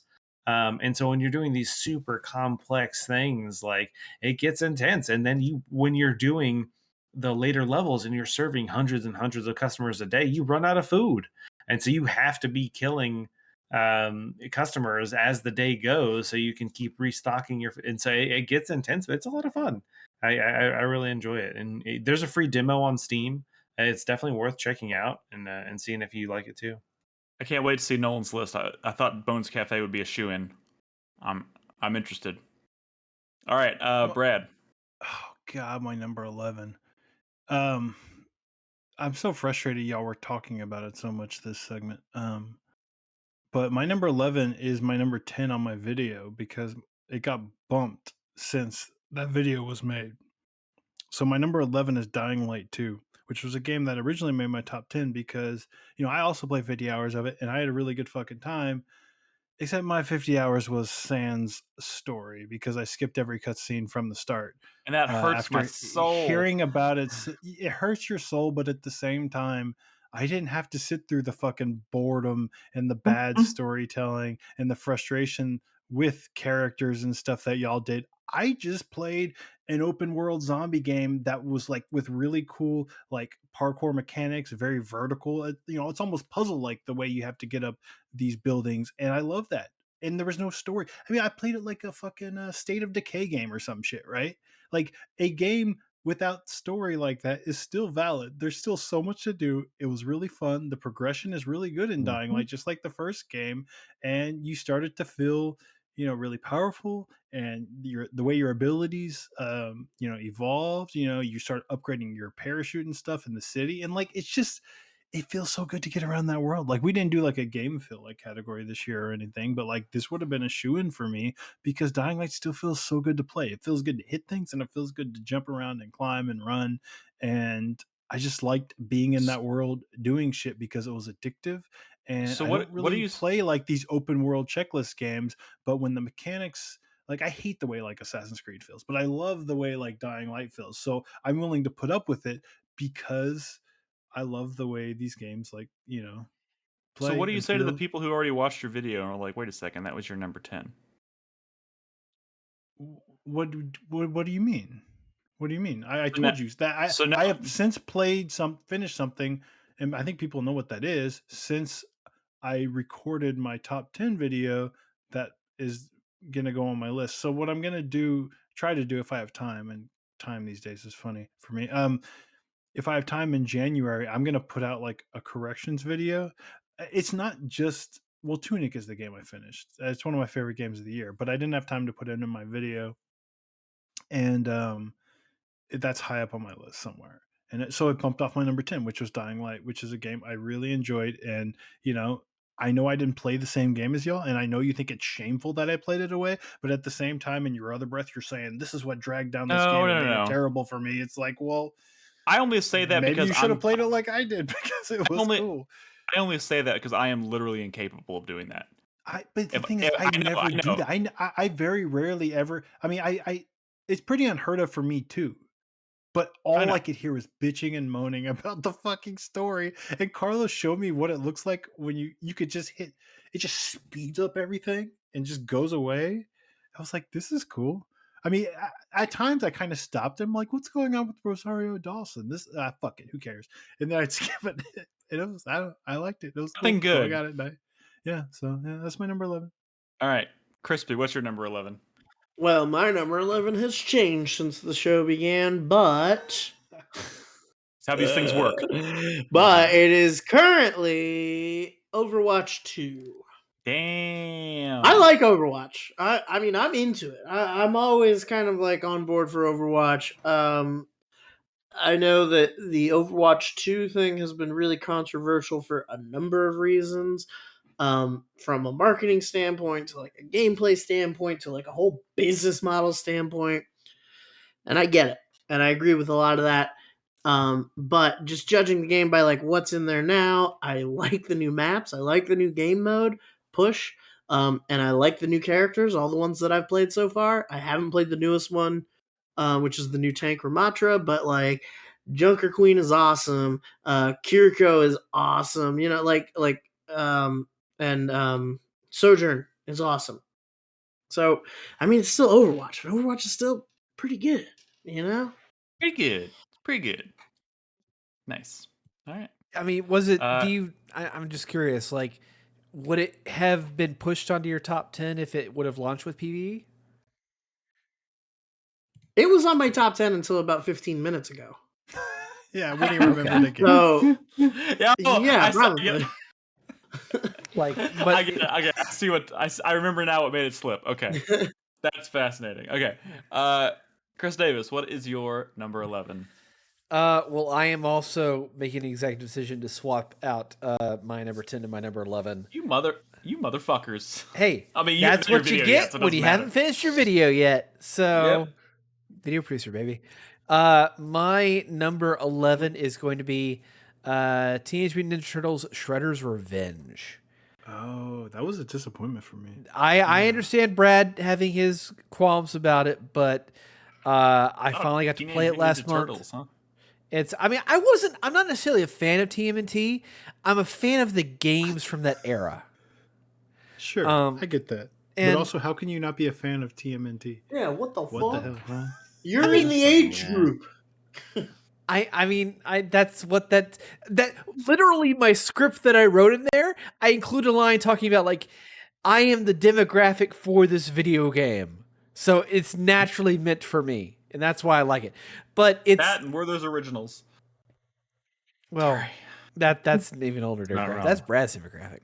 But no, it's a really well put together tribute to those 8 and 16-bit games that honestly, if it would have come out like even 5 years after Turtles in Time, it would have earned that Roman numeral 5 moniker to it. It is very well put together. Sure, it doesn't have like the staying power or depth of like Streets of Rage 4, but it's so wonderfully animated. The levels are fun, the boss fights are fun, and it has this light kind of overall progression system to it that really keeps you coming back and playing more and more and more. In fact, the game just got a patch like the other day to add a bunch of new gameplay toggles in a full-on arcade mode. Like, they put a lot of care into building this game, and it's something that I think